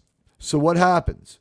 The thought was this: because the movie airs, It's a Wonderful Life airs on Thanksgiving and Christmas, have the video at top video consumability, which I mean high quality. Some of the original video is so baked in, I left it, but it's of better quality now. So a good quality video that tells a good, funny story, that is good satire, that has two lives. It has a life on Christmas, but not a huge one. Unfortunately, it wasn't as big as it could have been. It should have done 1,000 on Christmas. Over the course of the month, promoting it here and there and asking people to give it likes. It's still a bit like-starved. I would like to see it get more likes. That's one of the traps for people. YouTube won't give you the impressions. And then when people watch on Reddit, you get the view, but they don't give you a lot of time added to your analytic. They subtract a lot of it. You have to come across to YouTube to watch. And that helps if you're coming from Reddit. Jonathan Hancock has a question that I seem to have missed. So where's the hype tonight? Oh, yeah, no, I did address that. I just don't know. And yeah, thank you, buddy. Add to that, please turn on the notification bell. The notification bell right now, if the channel doesn't grow for a couple of weeks, but like 5 times as many people put on the notification bell and we get up to like 1.5% of all channel members having that notification bell on, that will make an enormous difference. I salute you too, sir. And you know what? The notification bell will make a huge difference for YouTube taking me seriously. Just turning on the live light that doesn't refresh until you hit refresh. The old alphabetical order thing that helped me out when Admiral was peering higher up on the feed than anyone called Captain and stuff like that, because A comes before C. That was great too. But as I become extremely parched, what I need to do is let you see this moment of Han Solo. Doesn't anyone see that this is wrong? It's not wrong, Tuvix, and Captain Kirk could have saved you and brought back the others as well. It's not a crime. She was attacked by what appears to be essentially a robot. Spock, Picard is essentially a robot, but Bev consented. Here it is for you guys. It's only about 35, 40 seconds long. It's Han Solo's entire life, all the major beats. Very stupid young, very studly in the middle, and then dumb from Return of the Jedi till his end. Here we go. Han Solo, a life. One question. You want to live, Spark? Yeah, but this time I've got the money. You tell Jabba. Very nice.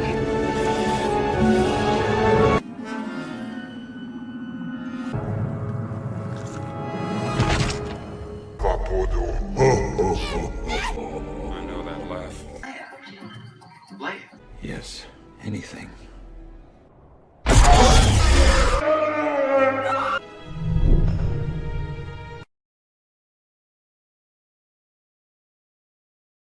And there you have it. Han Solo, a life. You know what? And what a life it was. Father to Kylo Ben, a character that they never decided whether it was good or bad. He was a rage baby. Justified the show, or justified that that Han Solo is a human shish kebab. You know what? Han Solo, human shish kebab, didn't do the greatest job. Let me do this to please my masters over at StreamYard. Don't bother with this. I don't care, but I put it up on screen. Just that'll go back to the StreamYard people. And they're like, he's a good little Admiral Teag. The way people have gotten in trouble, it comes in waves and it lasts for weeks. We had like a week-long wave of people in nothing but like deep poodoo for, this reused content thing that I tried to figure out. And as I need 47 more seconds, here's George Lucas. Do you want the Star Wars trilogy and the mythology to go beyond your lifetime? No. 3 will be the last film, and it'll be a 6-part series, and that'll be the end of it. Incorrect. You're not mentoring someone to take over for you? No, it's Automatic defense procedures initiated. There may be other venues for it, but not in the theatrical release. Affirmative. Well, I don't want to have it just sort of turn into Star Trek.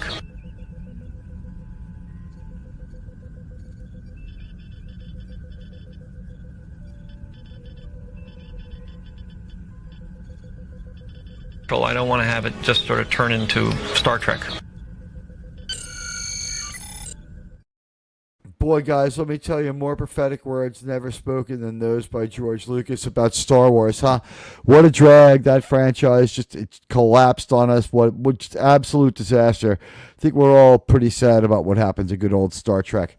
Good old Star Wars. And then Star Trek, God, I mean, Star Trek was already deeply in retrograde when he said that in, what was it, 2004, Star Trek was still in pretty good shape. It was a different world for Star Trek. But you know what? The scoundrel could be with one. If any scoundrel could be with one, it would be Han. Yeah, you know what? Where was Scoundrel Han? He wasn't a scoundrel. He was an outright low-life con man. He, lied to some people. They let him lie to him twice. So, who could blame him? They're so fucking dumb. But they let him lie to him twice. What's that all about? And guys, we're still trying to wake up the algorithm here. If you tweet out that we're live, you know what? Perhaps cookies could be arranged for. So we've got that one. In 2025, we saw a lot of people in the community doing pretty well. Tony's been ordered to stop putting on subs. I'm under the impression that will end soon. So that should be good for everyone.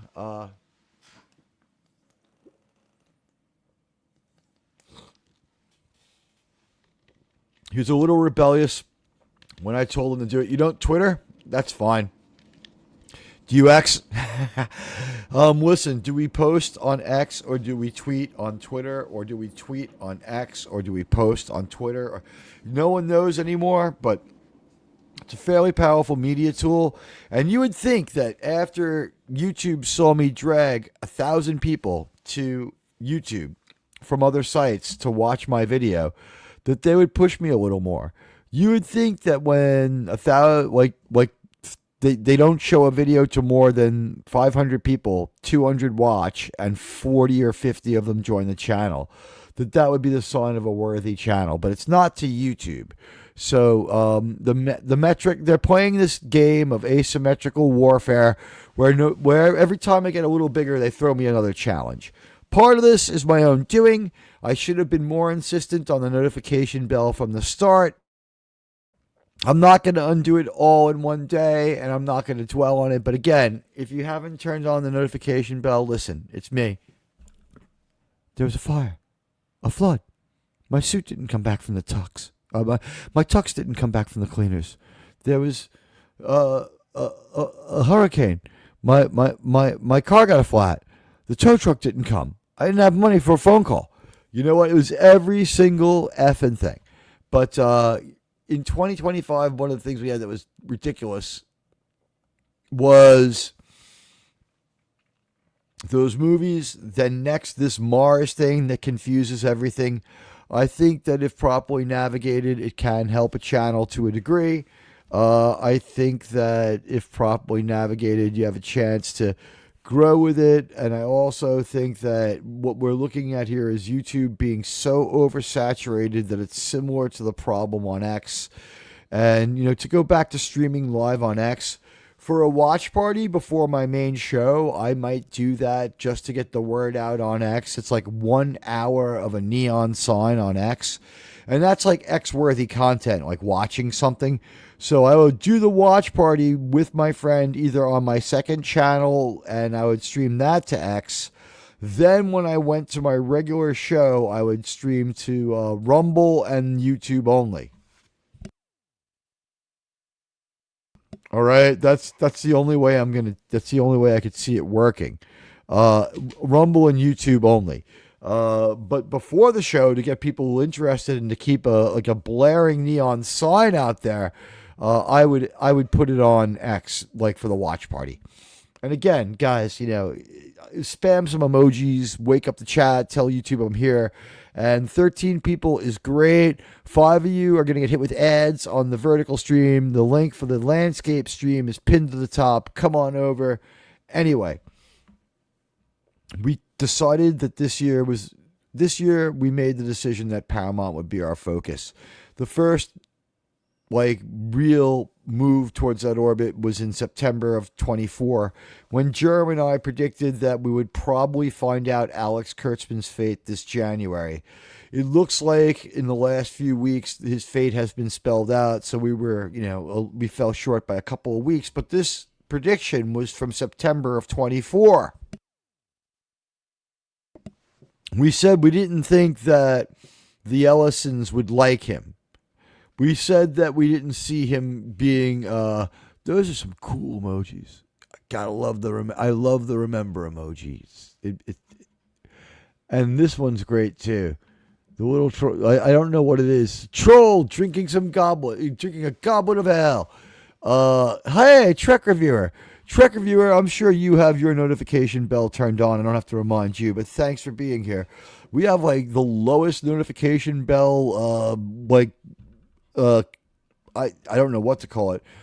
Less people, like bottom 1% of channels where people have the notification bells turned on. I do think a lot of that is Reddit, and I do think a lot of that is because of the amount of impressions that I seek out in places like Tumblr, where I go just get abused, and from using X a lot. People watch on X, they don't interact, they don't like. That hurts you. Getting watched a lot without getting hit with a lot of likes, it's because it wouldn't get watched at all. Yeah, the YouTube thing is we'll give you 112 views, and if you get 100 likes, then you get 15 likes. That's good. You know what? I'm not happy with your amount of views. I'm gonna grow faster. So the amount of subscribers, it's pretty legit. No one with over 500 subscribers could say they're all real. Population theory dictates that some are bots, and what are you going to do? YouTube purges them out. Hey, Resolute Jervis here. He has been a member for 15 months. He is jumping from one show to the next. Or are you finished, sir?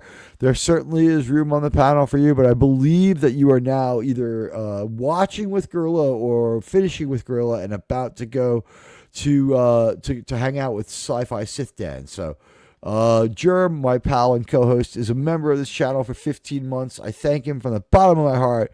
That's loyalty for you. Also, a fantastic guy and co-host. Thank you for being here.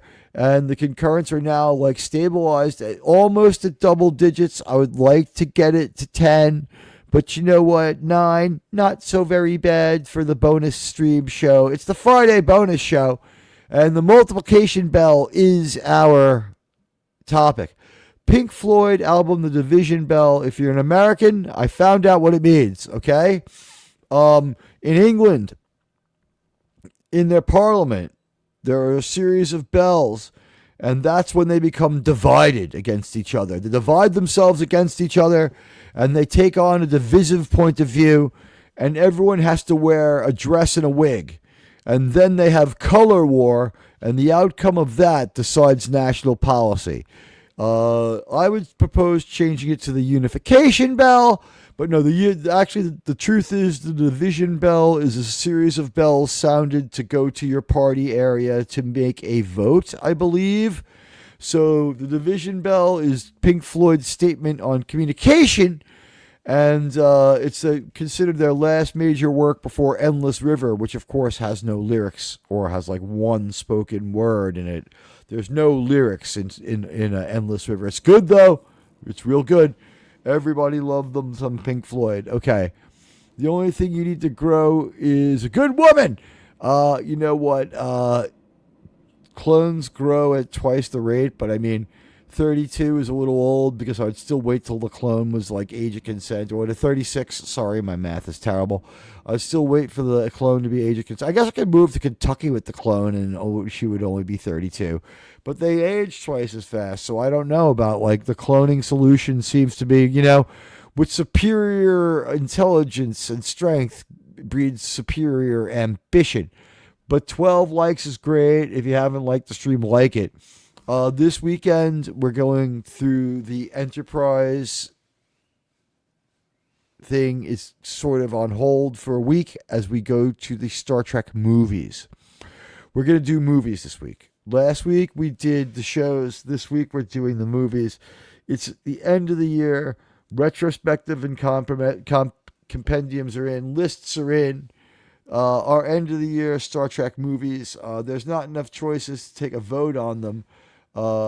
We may declare, one thing we could do is declare 1 and 2 sacrosanct and tied for number 1 and take that out and give you all the rest of the stuff. It's possible there could be a vote. We'll work that one out. But we'll find out. And guys, keep those emojis and spam coming. Keep that chat moving for your buddy Admiral Teag. It shows an engaged audience, and everything you can do to wake up YouTube helps. We're doing everything. Think about this: the Star Trek episode, The Apple. Okay, Vol, the volcano computer god. We need to throw vegetable matter into Vol so that he makes the plants grow and puts gas in the golf carts on that Gilligan's Island of a fucking planet where, for some reason, Hutch was hanging out. I don't get it.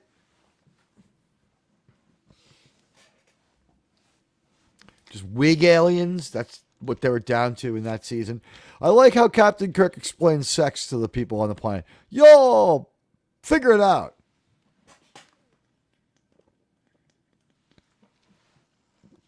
Which, by the way, was the way to handle it. Krimlon is here. Krimlon! Hope you're feeling well. I know you've been slightly under the weather. It's good to see you.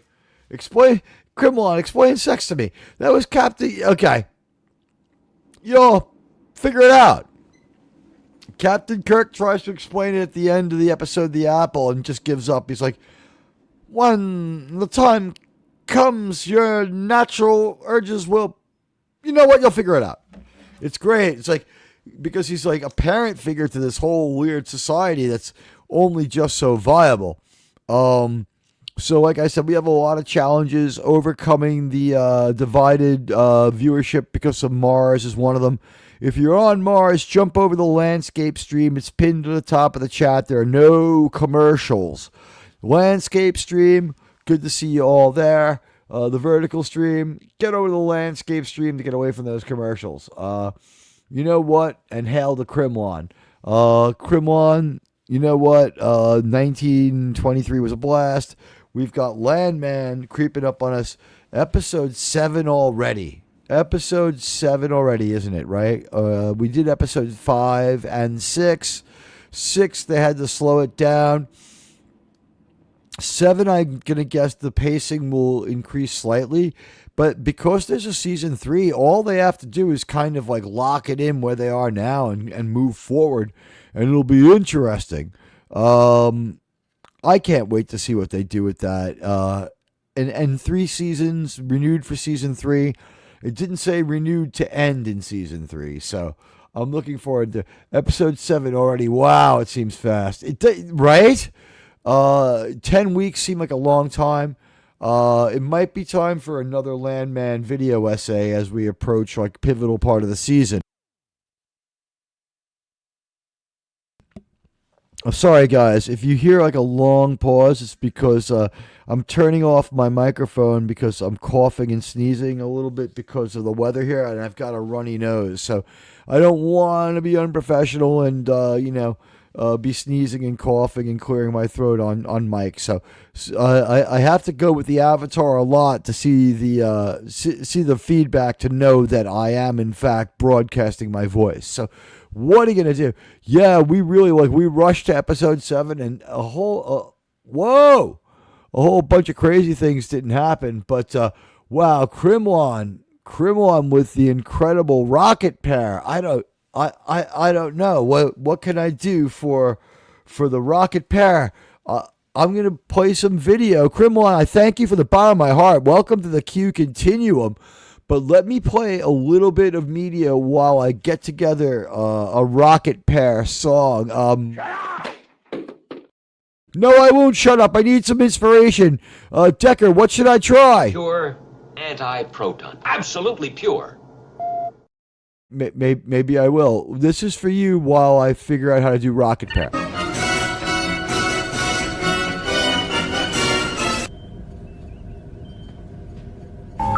Insufficient sensor data. Incorrect.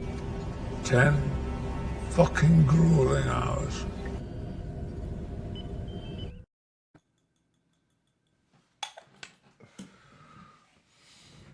And I think it's going to be a long, long time. Mars ain't the kind of place to raise a kid. In fact, it's cold as hell. Krimlon,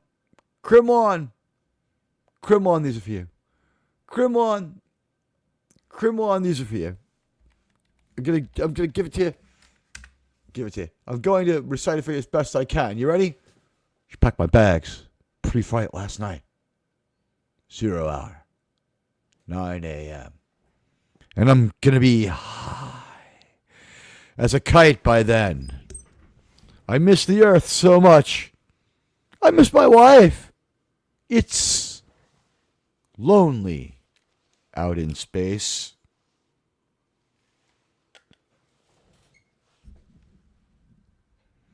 On such a timeless flight. Sorry, I actually blanked out there and had to look at the lyrics. That wasn't a Shatner pause.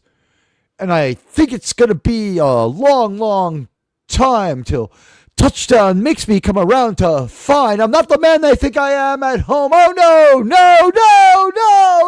I'm a rocket man. Rocket man. Burning out his fuse up here alone. How's that? Was that emotional enough? Did I get across the emotional impact? Was it Shatnerific?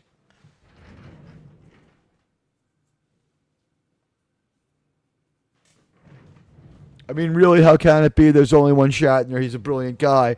But, I did do my best for you on that one. Rock it, man. I'm a rocket man. I'm a rock it man. When I am old enough to remember the science fiction awards, and I think that's where the great Randy got hurt. It was like what do you do for a sci-fi award? Like, okay, you do have the sci-fi dancers dance to the Star Trek theme and the Star Wars theme. And you do have, like, Anthony Daniels give an award dressed as 3PO or whatever you do. And, you let Kenny Baker have some part of it. And, like, they did their best with this. The Sci-Fi Awards wasn't, like, the best or the worst thing, but, like, it was a little bit of the moment and exploitationist. And what they did was, with William Shatner as the host, I think he was just like, this is, I mean, Shatner is, he's a lot smarter than a lot of the material he's delivered to us. Not Star Trek, but other stuff. And he was just like being wild. He was like, I'll do it if I can be my own musical guest. And I forget who the musical guest was on SNL, but he kind of was his own musical guest on that too. Hold on. Let me take a call from my doctor. Hello. Sir! What was that? Use the CBD now? Oh, sir. Okay. I shall do so.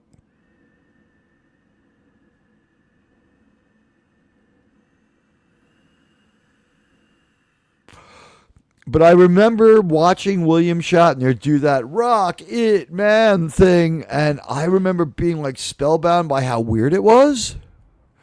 I was like 9, and I had the Elton John LP on wax, and all this reminiscence is being brought to you thanks to my Landman cohort, Crimlon, with a very, very generous $50 super pair sticker. I still can't believe it. I don't feel like I've done it justice. Is there something else? Like, maybe I can do this just the regular pair song. Hold on.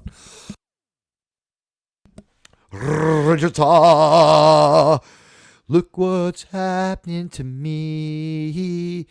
I can't believe it myself. Suddenly I've got an amazing pair. It should have been somebody else. Believe it or not, I've got a flying pair. I never thought it would happen to Teag flying away.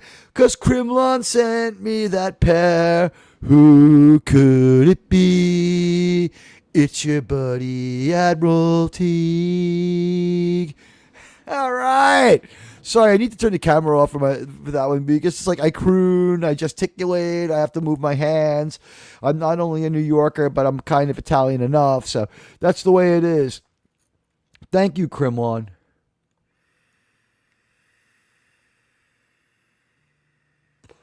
I'm glad. I hope I gave you a laugh. David Jones, hello, sir. David Jones.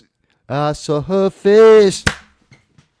Now I'm a believer, not a trace, doubt in my mind.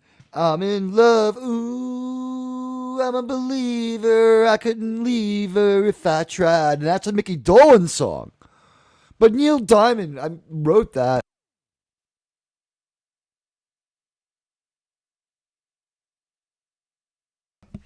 So my friend and I used to play guitar together, and we did it a couple of times, and we actually made money off of this. We had an act called Neil Cubic Zirconia, where we would play guitar, and I would do the music of Neil Diamond. So I'm thinking about Song Sung Blue. I'm thinking about maybe seeing it. Anyone else out there considering Song Sung Blue? Merry Christmas to Crimlon, and Merry Christmas to all. Crimlon, I bestow your Christmas greetings on everyone. Welcome to the Q Continuum, sir. Thank you, sir.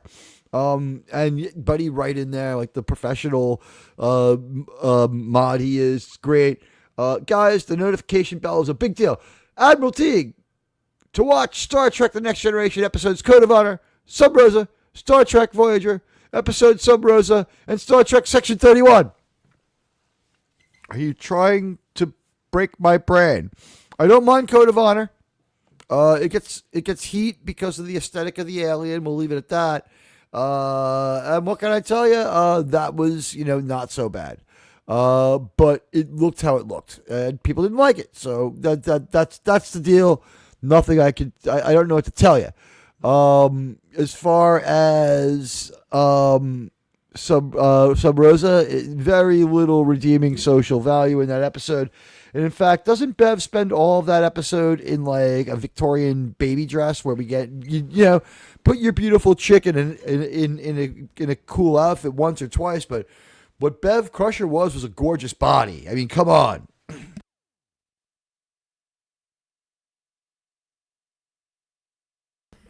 When you waste Beverly Crusher by like treating her like she's a face model when she's got a beautiful face, but the thing is she's a body model. Like she was a dancer, she had a beautiful body, just like Nana Visitor, just like Michelle Forbes had a beautiful body. You show that off. You know what? Like Captain Picard says to Ensign Rowe when she returns from Starfleet training. I believe it's the beginning of her Maquis arc. You're looking very fit, Ensign, because you know what? They're trying to, point out, hey, look at our actress, she's hot. And Michelle Forbes had a great career outside of Star Trek, but Star Trek started her. And Sean reminded me, it was in something I forgot, Half a Life, with David Ogden Stiers, who did all sorts of voices for cartoons and was in MASH.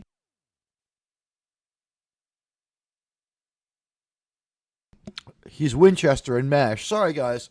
I'm on the air despite having this cough. You can hear it in my voice. I'm muting the cough and I'm leaving the avatar on because like seeing my head convulse and my eyes cross when I cough.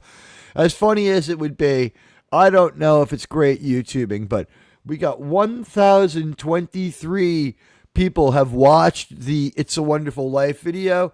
If we could get that up a little higher, put some Viagra on that, I would be really, really, really grateful.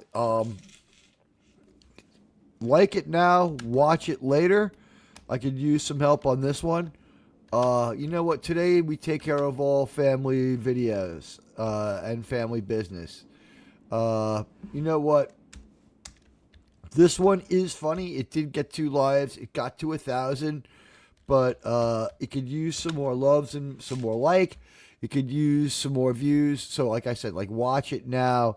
It's a troll video for fun. And basically what it is since they made It's a Wonderful Life, and even during the making of the movie, they were really financially negligent. Now, cost of living and cost of construction, cost of everything has gone up. But there's no way when I use the Bureau of Labor Statistics calculator on It's a Wonderful Life that $120,000 to $140,000 in today's money was going to cover my was going to cover what they had, which was the note on the real estate for half of a small town.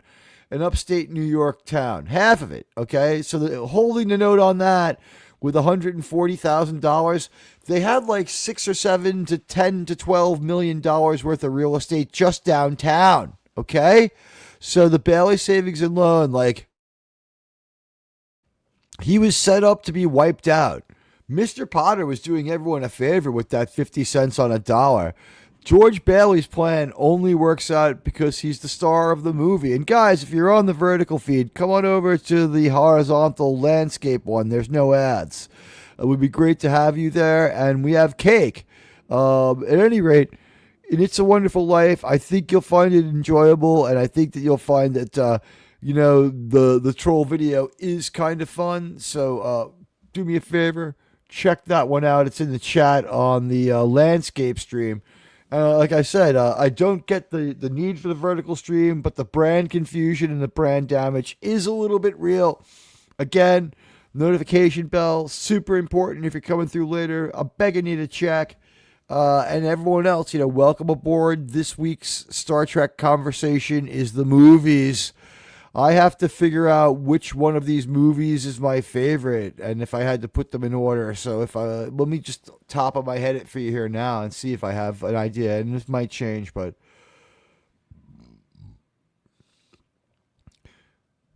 213 213564.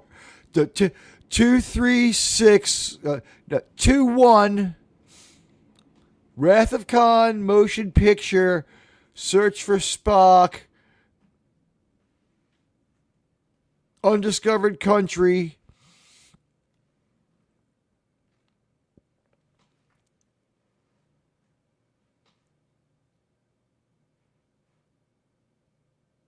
This is a tough one with the last two.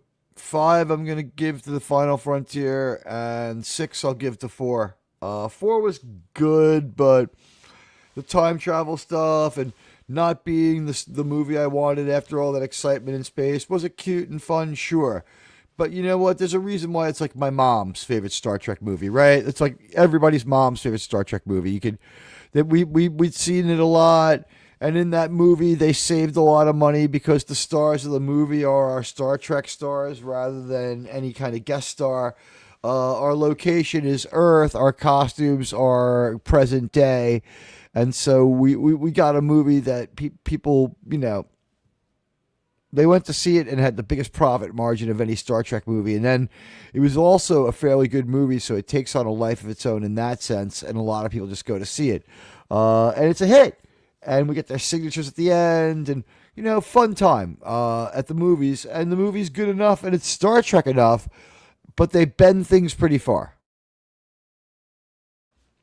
5, affected by some writer strikes. I've been saying this all my life. You know what? Give William Shatner a chance to have his director's edition, and there'll just be 2 versions of it. William Shatner didn't get to complete his vision. Everyone else got a director's cut. William Shatner deserves a chance to have one too. It's unfair that he doesn't. So I would hope for that one. 2025 was the year that we moved the watch party to Germ's channel. That has been working out awesome.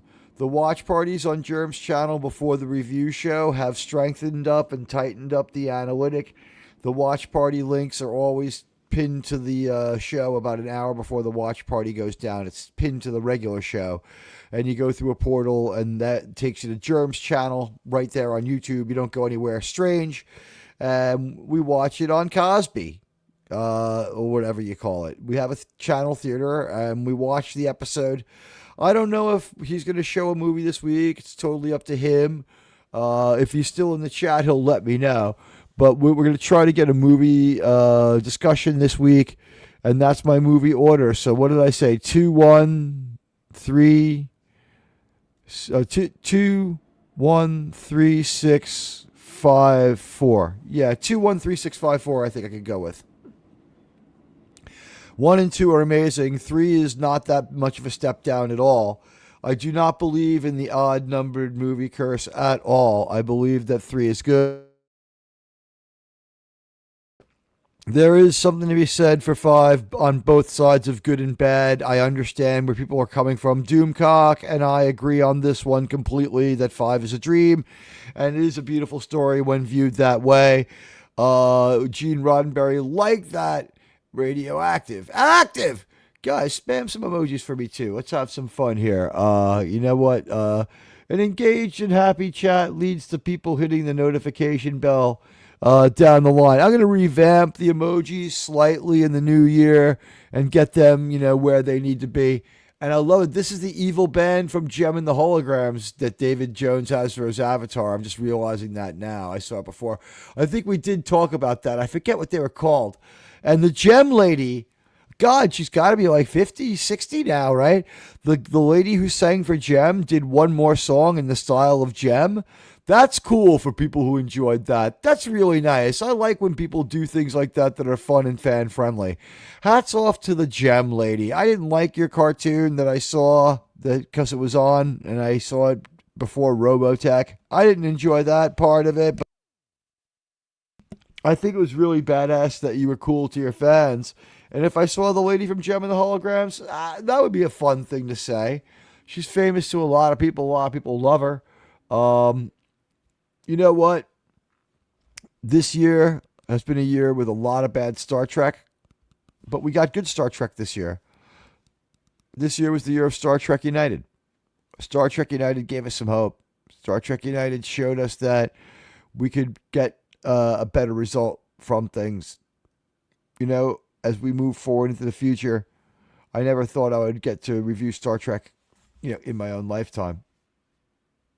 And that would have done so much better if it had been released widely.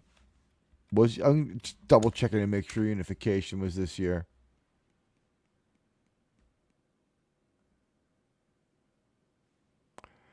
They kept it under wraps and kept it with that Otoy thing. It was never really released widely. I don't know if I guess it wasn't this calendar year, it was last year. So we did get some new Star Trek in 2024 that was good enough to show us that we could overcome this. And what Kurtzman is doing is he has turned Star Trek into basically a Deepwater Horizon, gushing out just terrible, bad content. And it's under so much pressure, and it's coming out of the Earth so wrong that I understand what's coming out of the sea floor from the Deepwater Horizon was still oil, but it was oil under a weird condition like never before.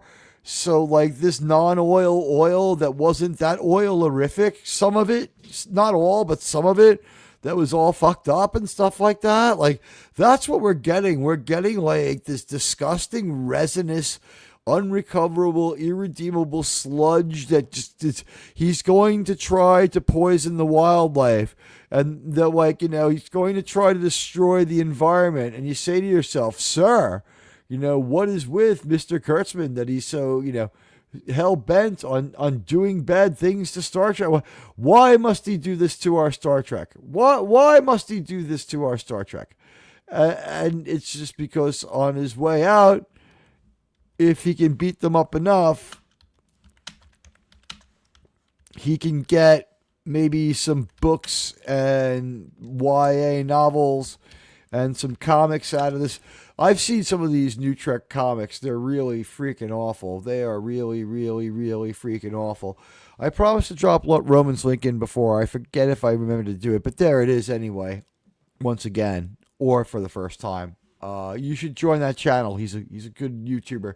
And you should watch me instead of him when we're both on at the same time. He would be on here more and we would have the best time if we just weren't on against each other so much. But he's a great watch later. Excuse me. He has a larger panel than I do, and they mostly do Star Wars. So, you know what? We this year positioning ourselves as the Star Trek and and Paramount people over the course of time since 2024. It's been a real boon for the channel. But as I hit 2 hours, I got to think here: is it about rewatchability, or is it about going for broke now? I think that as we hit another holiday weekend day, I have to say that it's been an amazing trip here. I don't know. You know what? Let's see. Let's give this one 20 minutes and see if it builds up. I wouldn't mind using the old ways and having a longer stream, but we would have to get more people over to the horizontal stream. The vertical one is a drag. We need people over on the landscape stream, or it's just it gets really strange and counterproductive. The landscape stream has had 150 views though while live. It really is something. If I can get over there and get into the settings of it, I think I can jettison the landscape feed and consolidate views, at which point I will see what happens with people, on the other stream. Maybe I can redirect to myself. I never considered doing this, but it's so crazy it just might work. Maybe I'll redirect that stream into I'll redirect the vertical stream into my landscape stream, and that'll fix all my problems, and I can stick around a little while longer because I'll siphoned down the amount of streams, and we can maybe get some unification going on. Let me see what happens with that. We'll wait for the next random wave of engagement as I sort of set this one up, but You know what? I feel like an evil genius on this one. But it might be the best way to bring festivities to an end on the landscape stream. Let's see. Redirect. Oh, I can redirect to that one. All right. Now, how do I end this? Let me take a look. You know, as a YouTuber, this Mars thing, it really has been a challenge. Who really wants to do it? You know what I mean? No one really wants a part of it. Wow, 389 people have watched the vertical stream though. Guys, come over to the landscape stream. It's got no ads. It is much better and you'll dig it. You'll love it.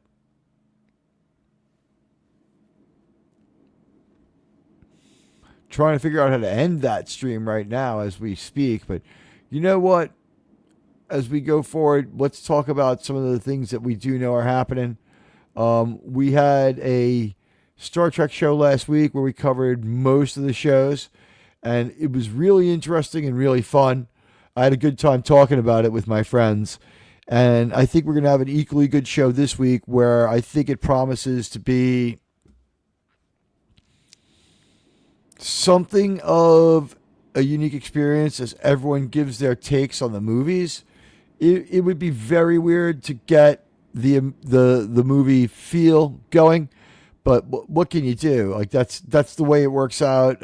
We have 4 people, and there can't really be a video essay for that one, but I think it will be still a really fun conversation where we could probably get into the woods on a lot of the movies, and I'm gonna have to fight like a battle ethically to say which movie I like better, because like everyone loves 2 and 6, but there's such a great case for 1.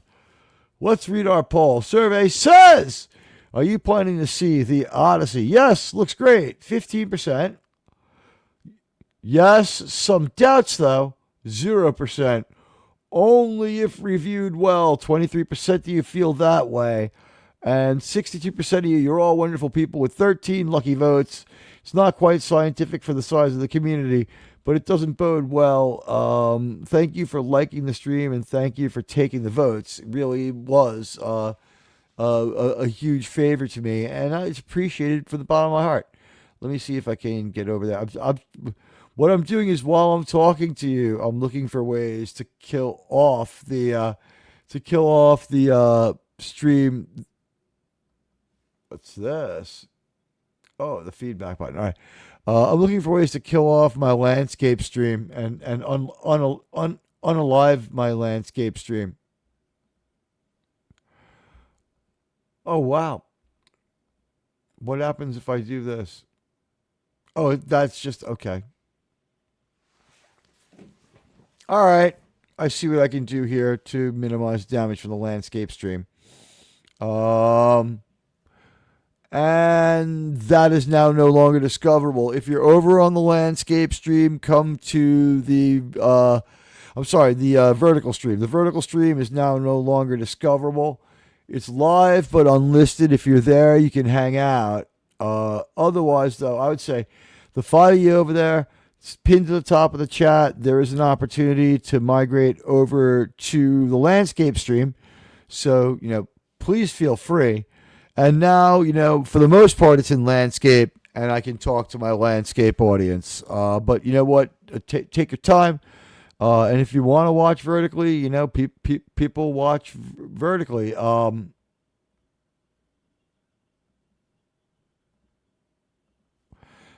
It seems to be an increasingly popular choice. So let's see.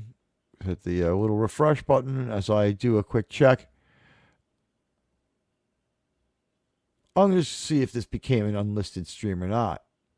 Yeah, it is. All right. So the vertical stream is there if you want to hang out there. But if you want, you can go to the horizontal stream.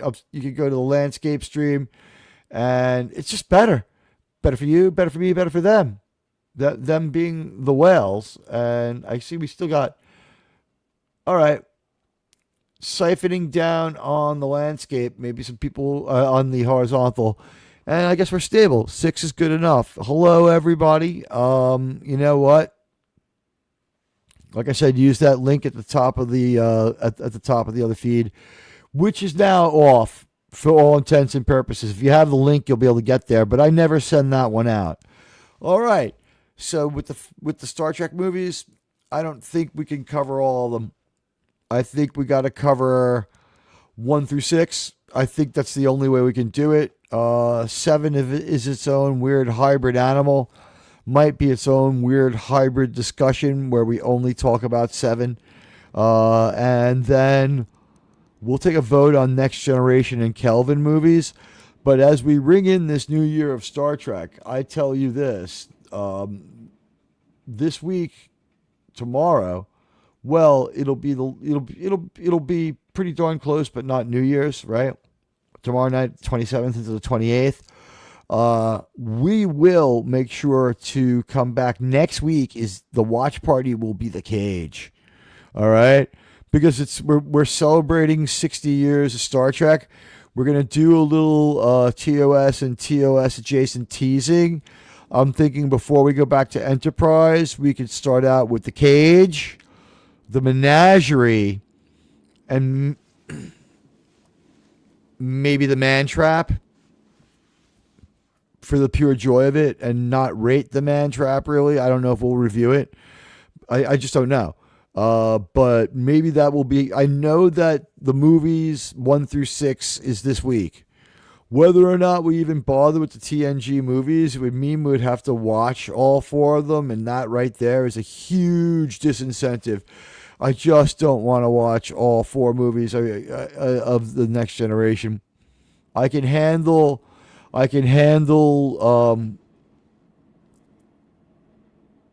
for Generations to a point, although it's maddening and stupid. I can handle First Contact. It's pretty good, and it goes a long way to entertain as far as an action movie. But it's the first time that we see a captain getting really badly cucked. It's not when Kirk swings and whiffs with Jillian from Star Trek 4, but cucked, told what to do, told to get it together, told by a woman basically to stop acting like a woman and to stop the Borg. And after I'm sorry, I forget her name, but Alfre Woodard's character, after she straightens out Captain Picard, he gets down off his high horse. As far no further. You broke your little ships. That was, I would propose to you, sirs and madams, a deeply low moment in our existence as Star Trek fans. And I think we were all a little dumber for it. By the time we got done with that, the idea that it would be, a good movie was out the window for me. I was like, we've had time travel, and we just had the captain get yelled at by some rando that we picked up this week. She's not even like a TNG regular. It's not like Bev yelled at him or, Deanna or someone with some context. We split the movie into 2 storylines by having the planet story. It's the movie's not like a jumbled mess or anything. It's linear. It makes sense. It's a mess of Star Trek lore. It's a mess of what the fuck they're thinking a lot of the time with their motivations, but not totally a disaster. And it's a good enough action movie with some good action stuff. And we get some stuff on the whole of the ship where they walk. Yeah, you know what? Do you? Do you really?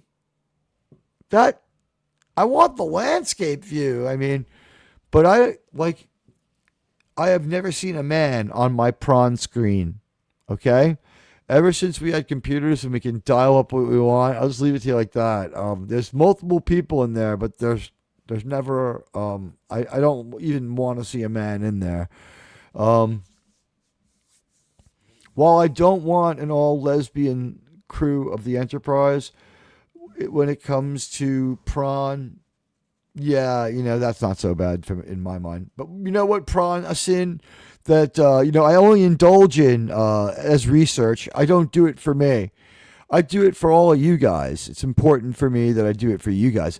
It's weird that people are still finding the landscape stream when it was unlisted a little while ago. I wonder how well that is apparently not working. But at the top of the screen for the landscape stream, guys, there's a link. I'm sorry, at the top of the stream for the vertical stream. One day I'll get my terms correct. If you're watching vertically, there's a link to landscape where there's no commercials. If you're in the vertical stream, there will occasionally be commercials. And I'd love to get everyone over to the landscape stream where, getting a bunch of likes is kind of the name of the game. And I'm sorry to have an end of the year show about my channel, but isn't everybody's end of the year show kind of a little bit about their channel? Tonight we have the channel retrospective. We talk a little bit about Star Trek, the movie, the motion picture or con. I don't know which one is better.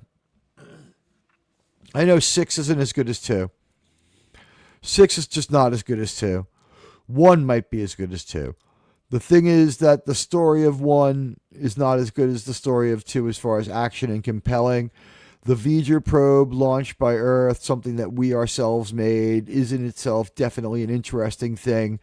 But the idea that it's an enemy that should be forgiven and not vanquished and destroyed, that is just, it's not very movie-like. People didn't dig that. And the idea that V'ger is some kind of problem that, it should be destroyed is like the meta of this movie until suddenly Spock shows up and starts saying, hey, it's sentient. Hey, it's got life. Hey, we should be nice guys and take care of this entity, which makes very little sense to me, but that's what we're going to do. We're going to try to take care of the entity and keep it happy and let it go off on its way. It's all powerful. It can do all these terrible things, and we're right at the heart of it. It tries to turn itself off when it shorts itself out. It's having some kind of emotional problems. You have several options on how to deal with it. They could have just like a hand phaser at the end, could have taken it out. Anything but letting it live.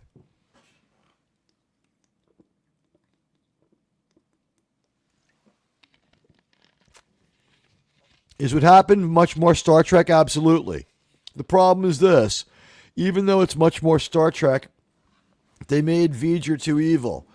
If V'ger hadn't have killed so much and had been implied to have genocided dozens of planets, if not hundreds, if V'ger hadn't have been so completely homicidal, and I guess no one cares about those Klingons, but if V'ger hadn't been so homicidal, the idea that it was a child that should be allowed to live, that if it had only killed the Klingons and the Klingons just kept attacking it, that would be one thing.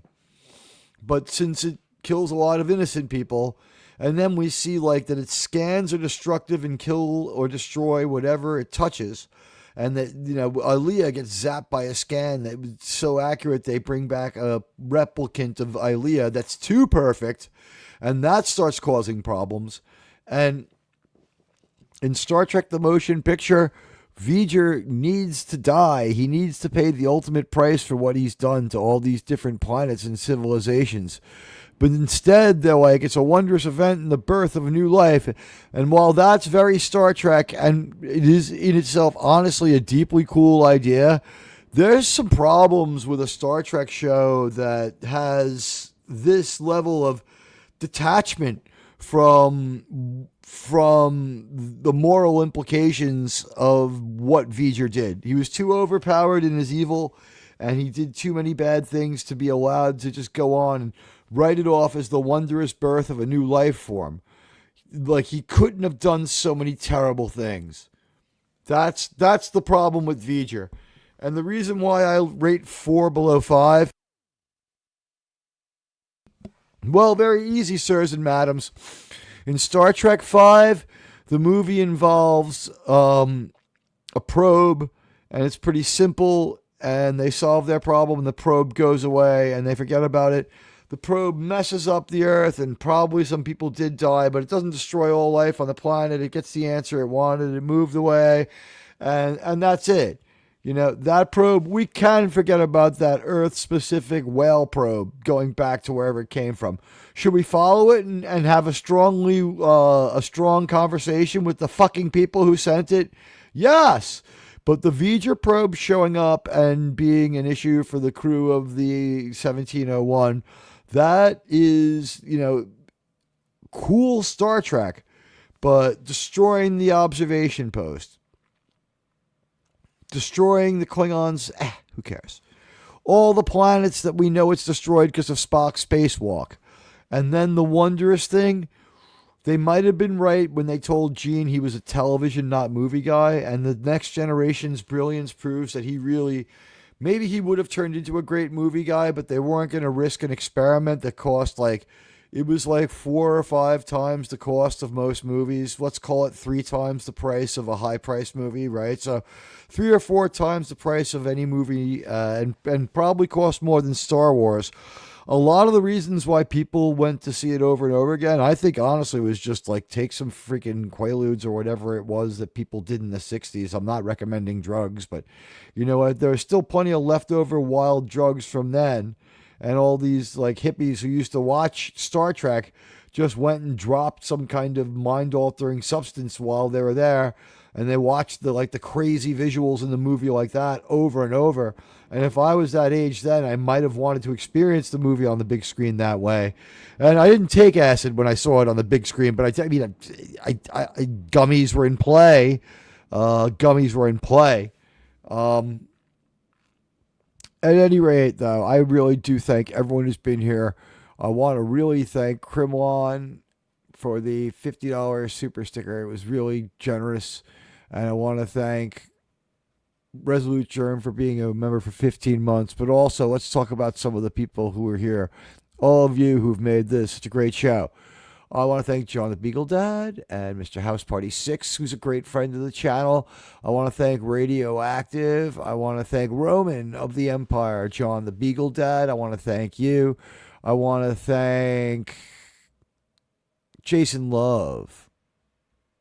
Also Tim, FKHC 2005. Thank you. I want to thank Jason Love, the love man. And it was intimate tonight. It is the day after. Hey, Gap, I didn't see you. I'm sorry, Gap. I'm a piece of shit. I missed Gap After Dark, I think. Gap was on the air the other day with some people. It was pretty cool. Oh, wait, no, I did talk to Gap. I'm just forgetting about that. Hello to you, Gap. I think I do remember. Yeah, Thunderbags was so bad. Oh, it was so bad. Disjointed, just a wreck. I don't know what the worst movie of 2025 was. The worst movie overall that I saw, I think, was probably Snow White. Buddy, thanks for modding for me tonight. I think it was the best. Jonathan Hancock was here. Jonathan, thank you for being here. I really do thank all of you from the bottom of my heart. It's great to have people who want to listen to the show and are interested in this. And the end of the year kind of roundup show, talking looking back. You know what? I thank Resolute and Krimlon again for their super sticker and their membership chat, membership chat. I think Fantastic Four was probably a better quote unquote story and movie than Fantastic Four. I'm sorry, than Superman. But Superman was more watchable because Fantastic Four was so fucking bad. Really bad. I think that Fantastic Four was the second worst superhero movie of the year. Nothing will touch Captain Falcon. Sam Wilson, Falcon Man, was a piece of shit. The very worst movie is still Snow White. I didn't see anything worse than that. Bests 2025. I gotta think on that one. But you know what? I gotta thank Radioactive and Germ again, and I didn't play this one.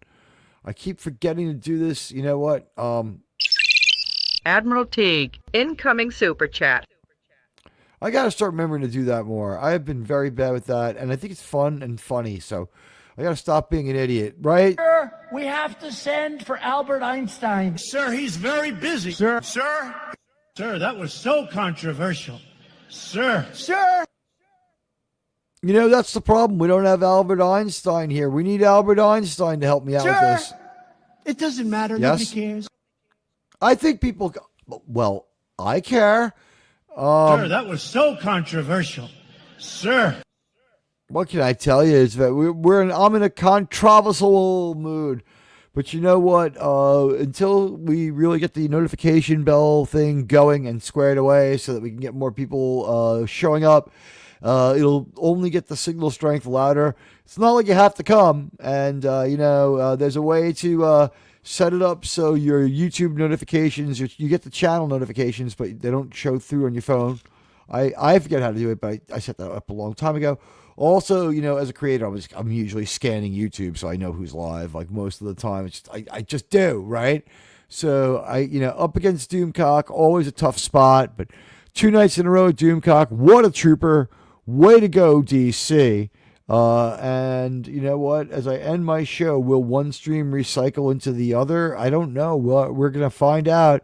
I just, where you love her. Let's get another video that Sean made this one. She looks so hot in the picture. I want to show it. Incoming Sydney Sweeney video. Set boners to full. Lubrication supply sufficient for projected fapping level. Paper towels to standby. Turbo lift door secured and locked. Wives and girlfriend interruption probability at 12%. You may commence masturbatory actions at any time. All right. You've earned this one. You know her, you love her. She's our channel our channel spokesperson and the coolest chick on the final frontier.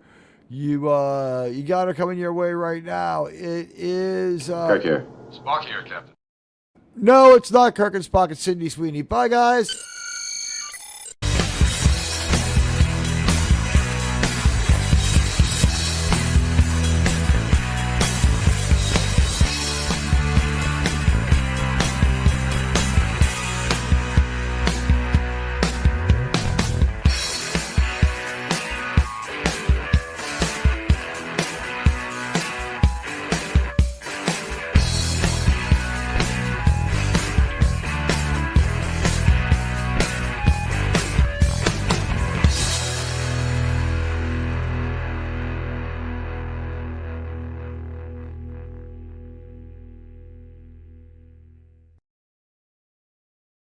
Can I finish? Bye, guys. I love you all.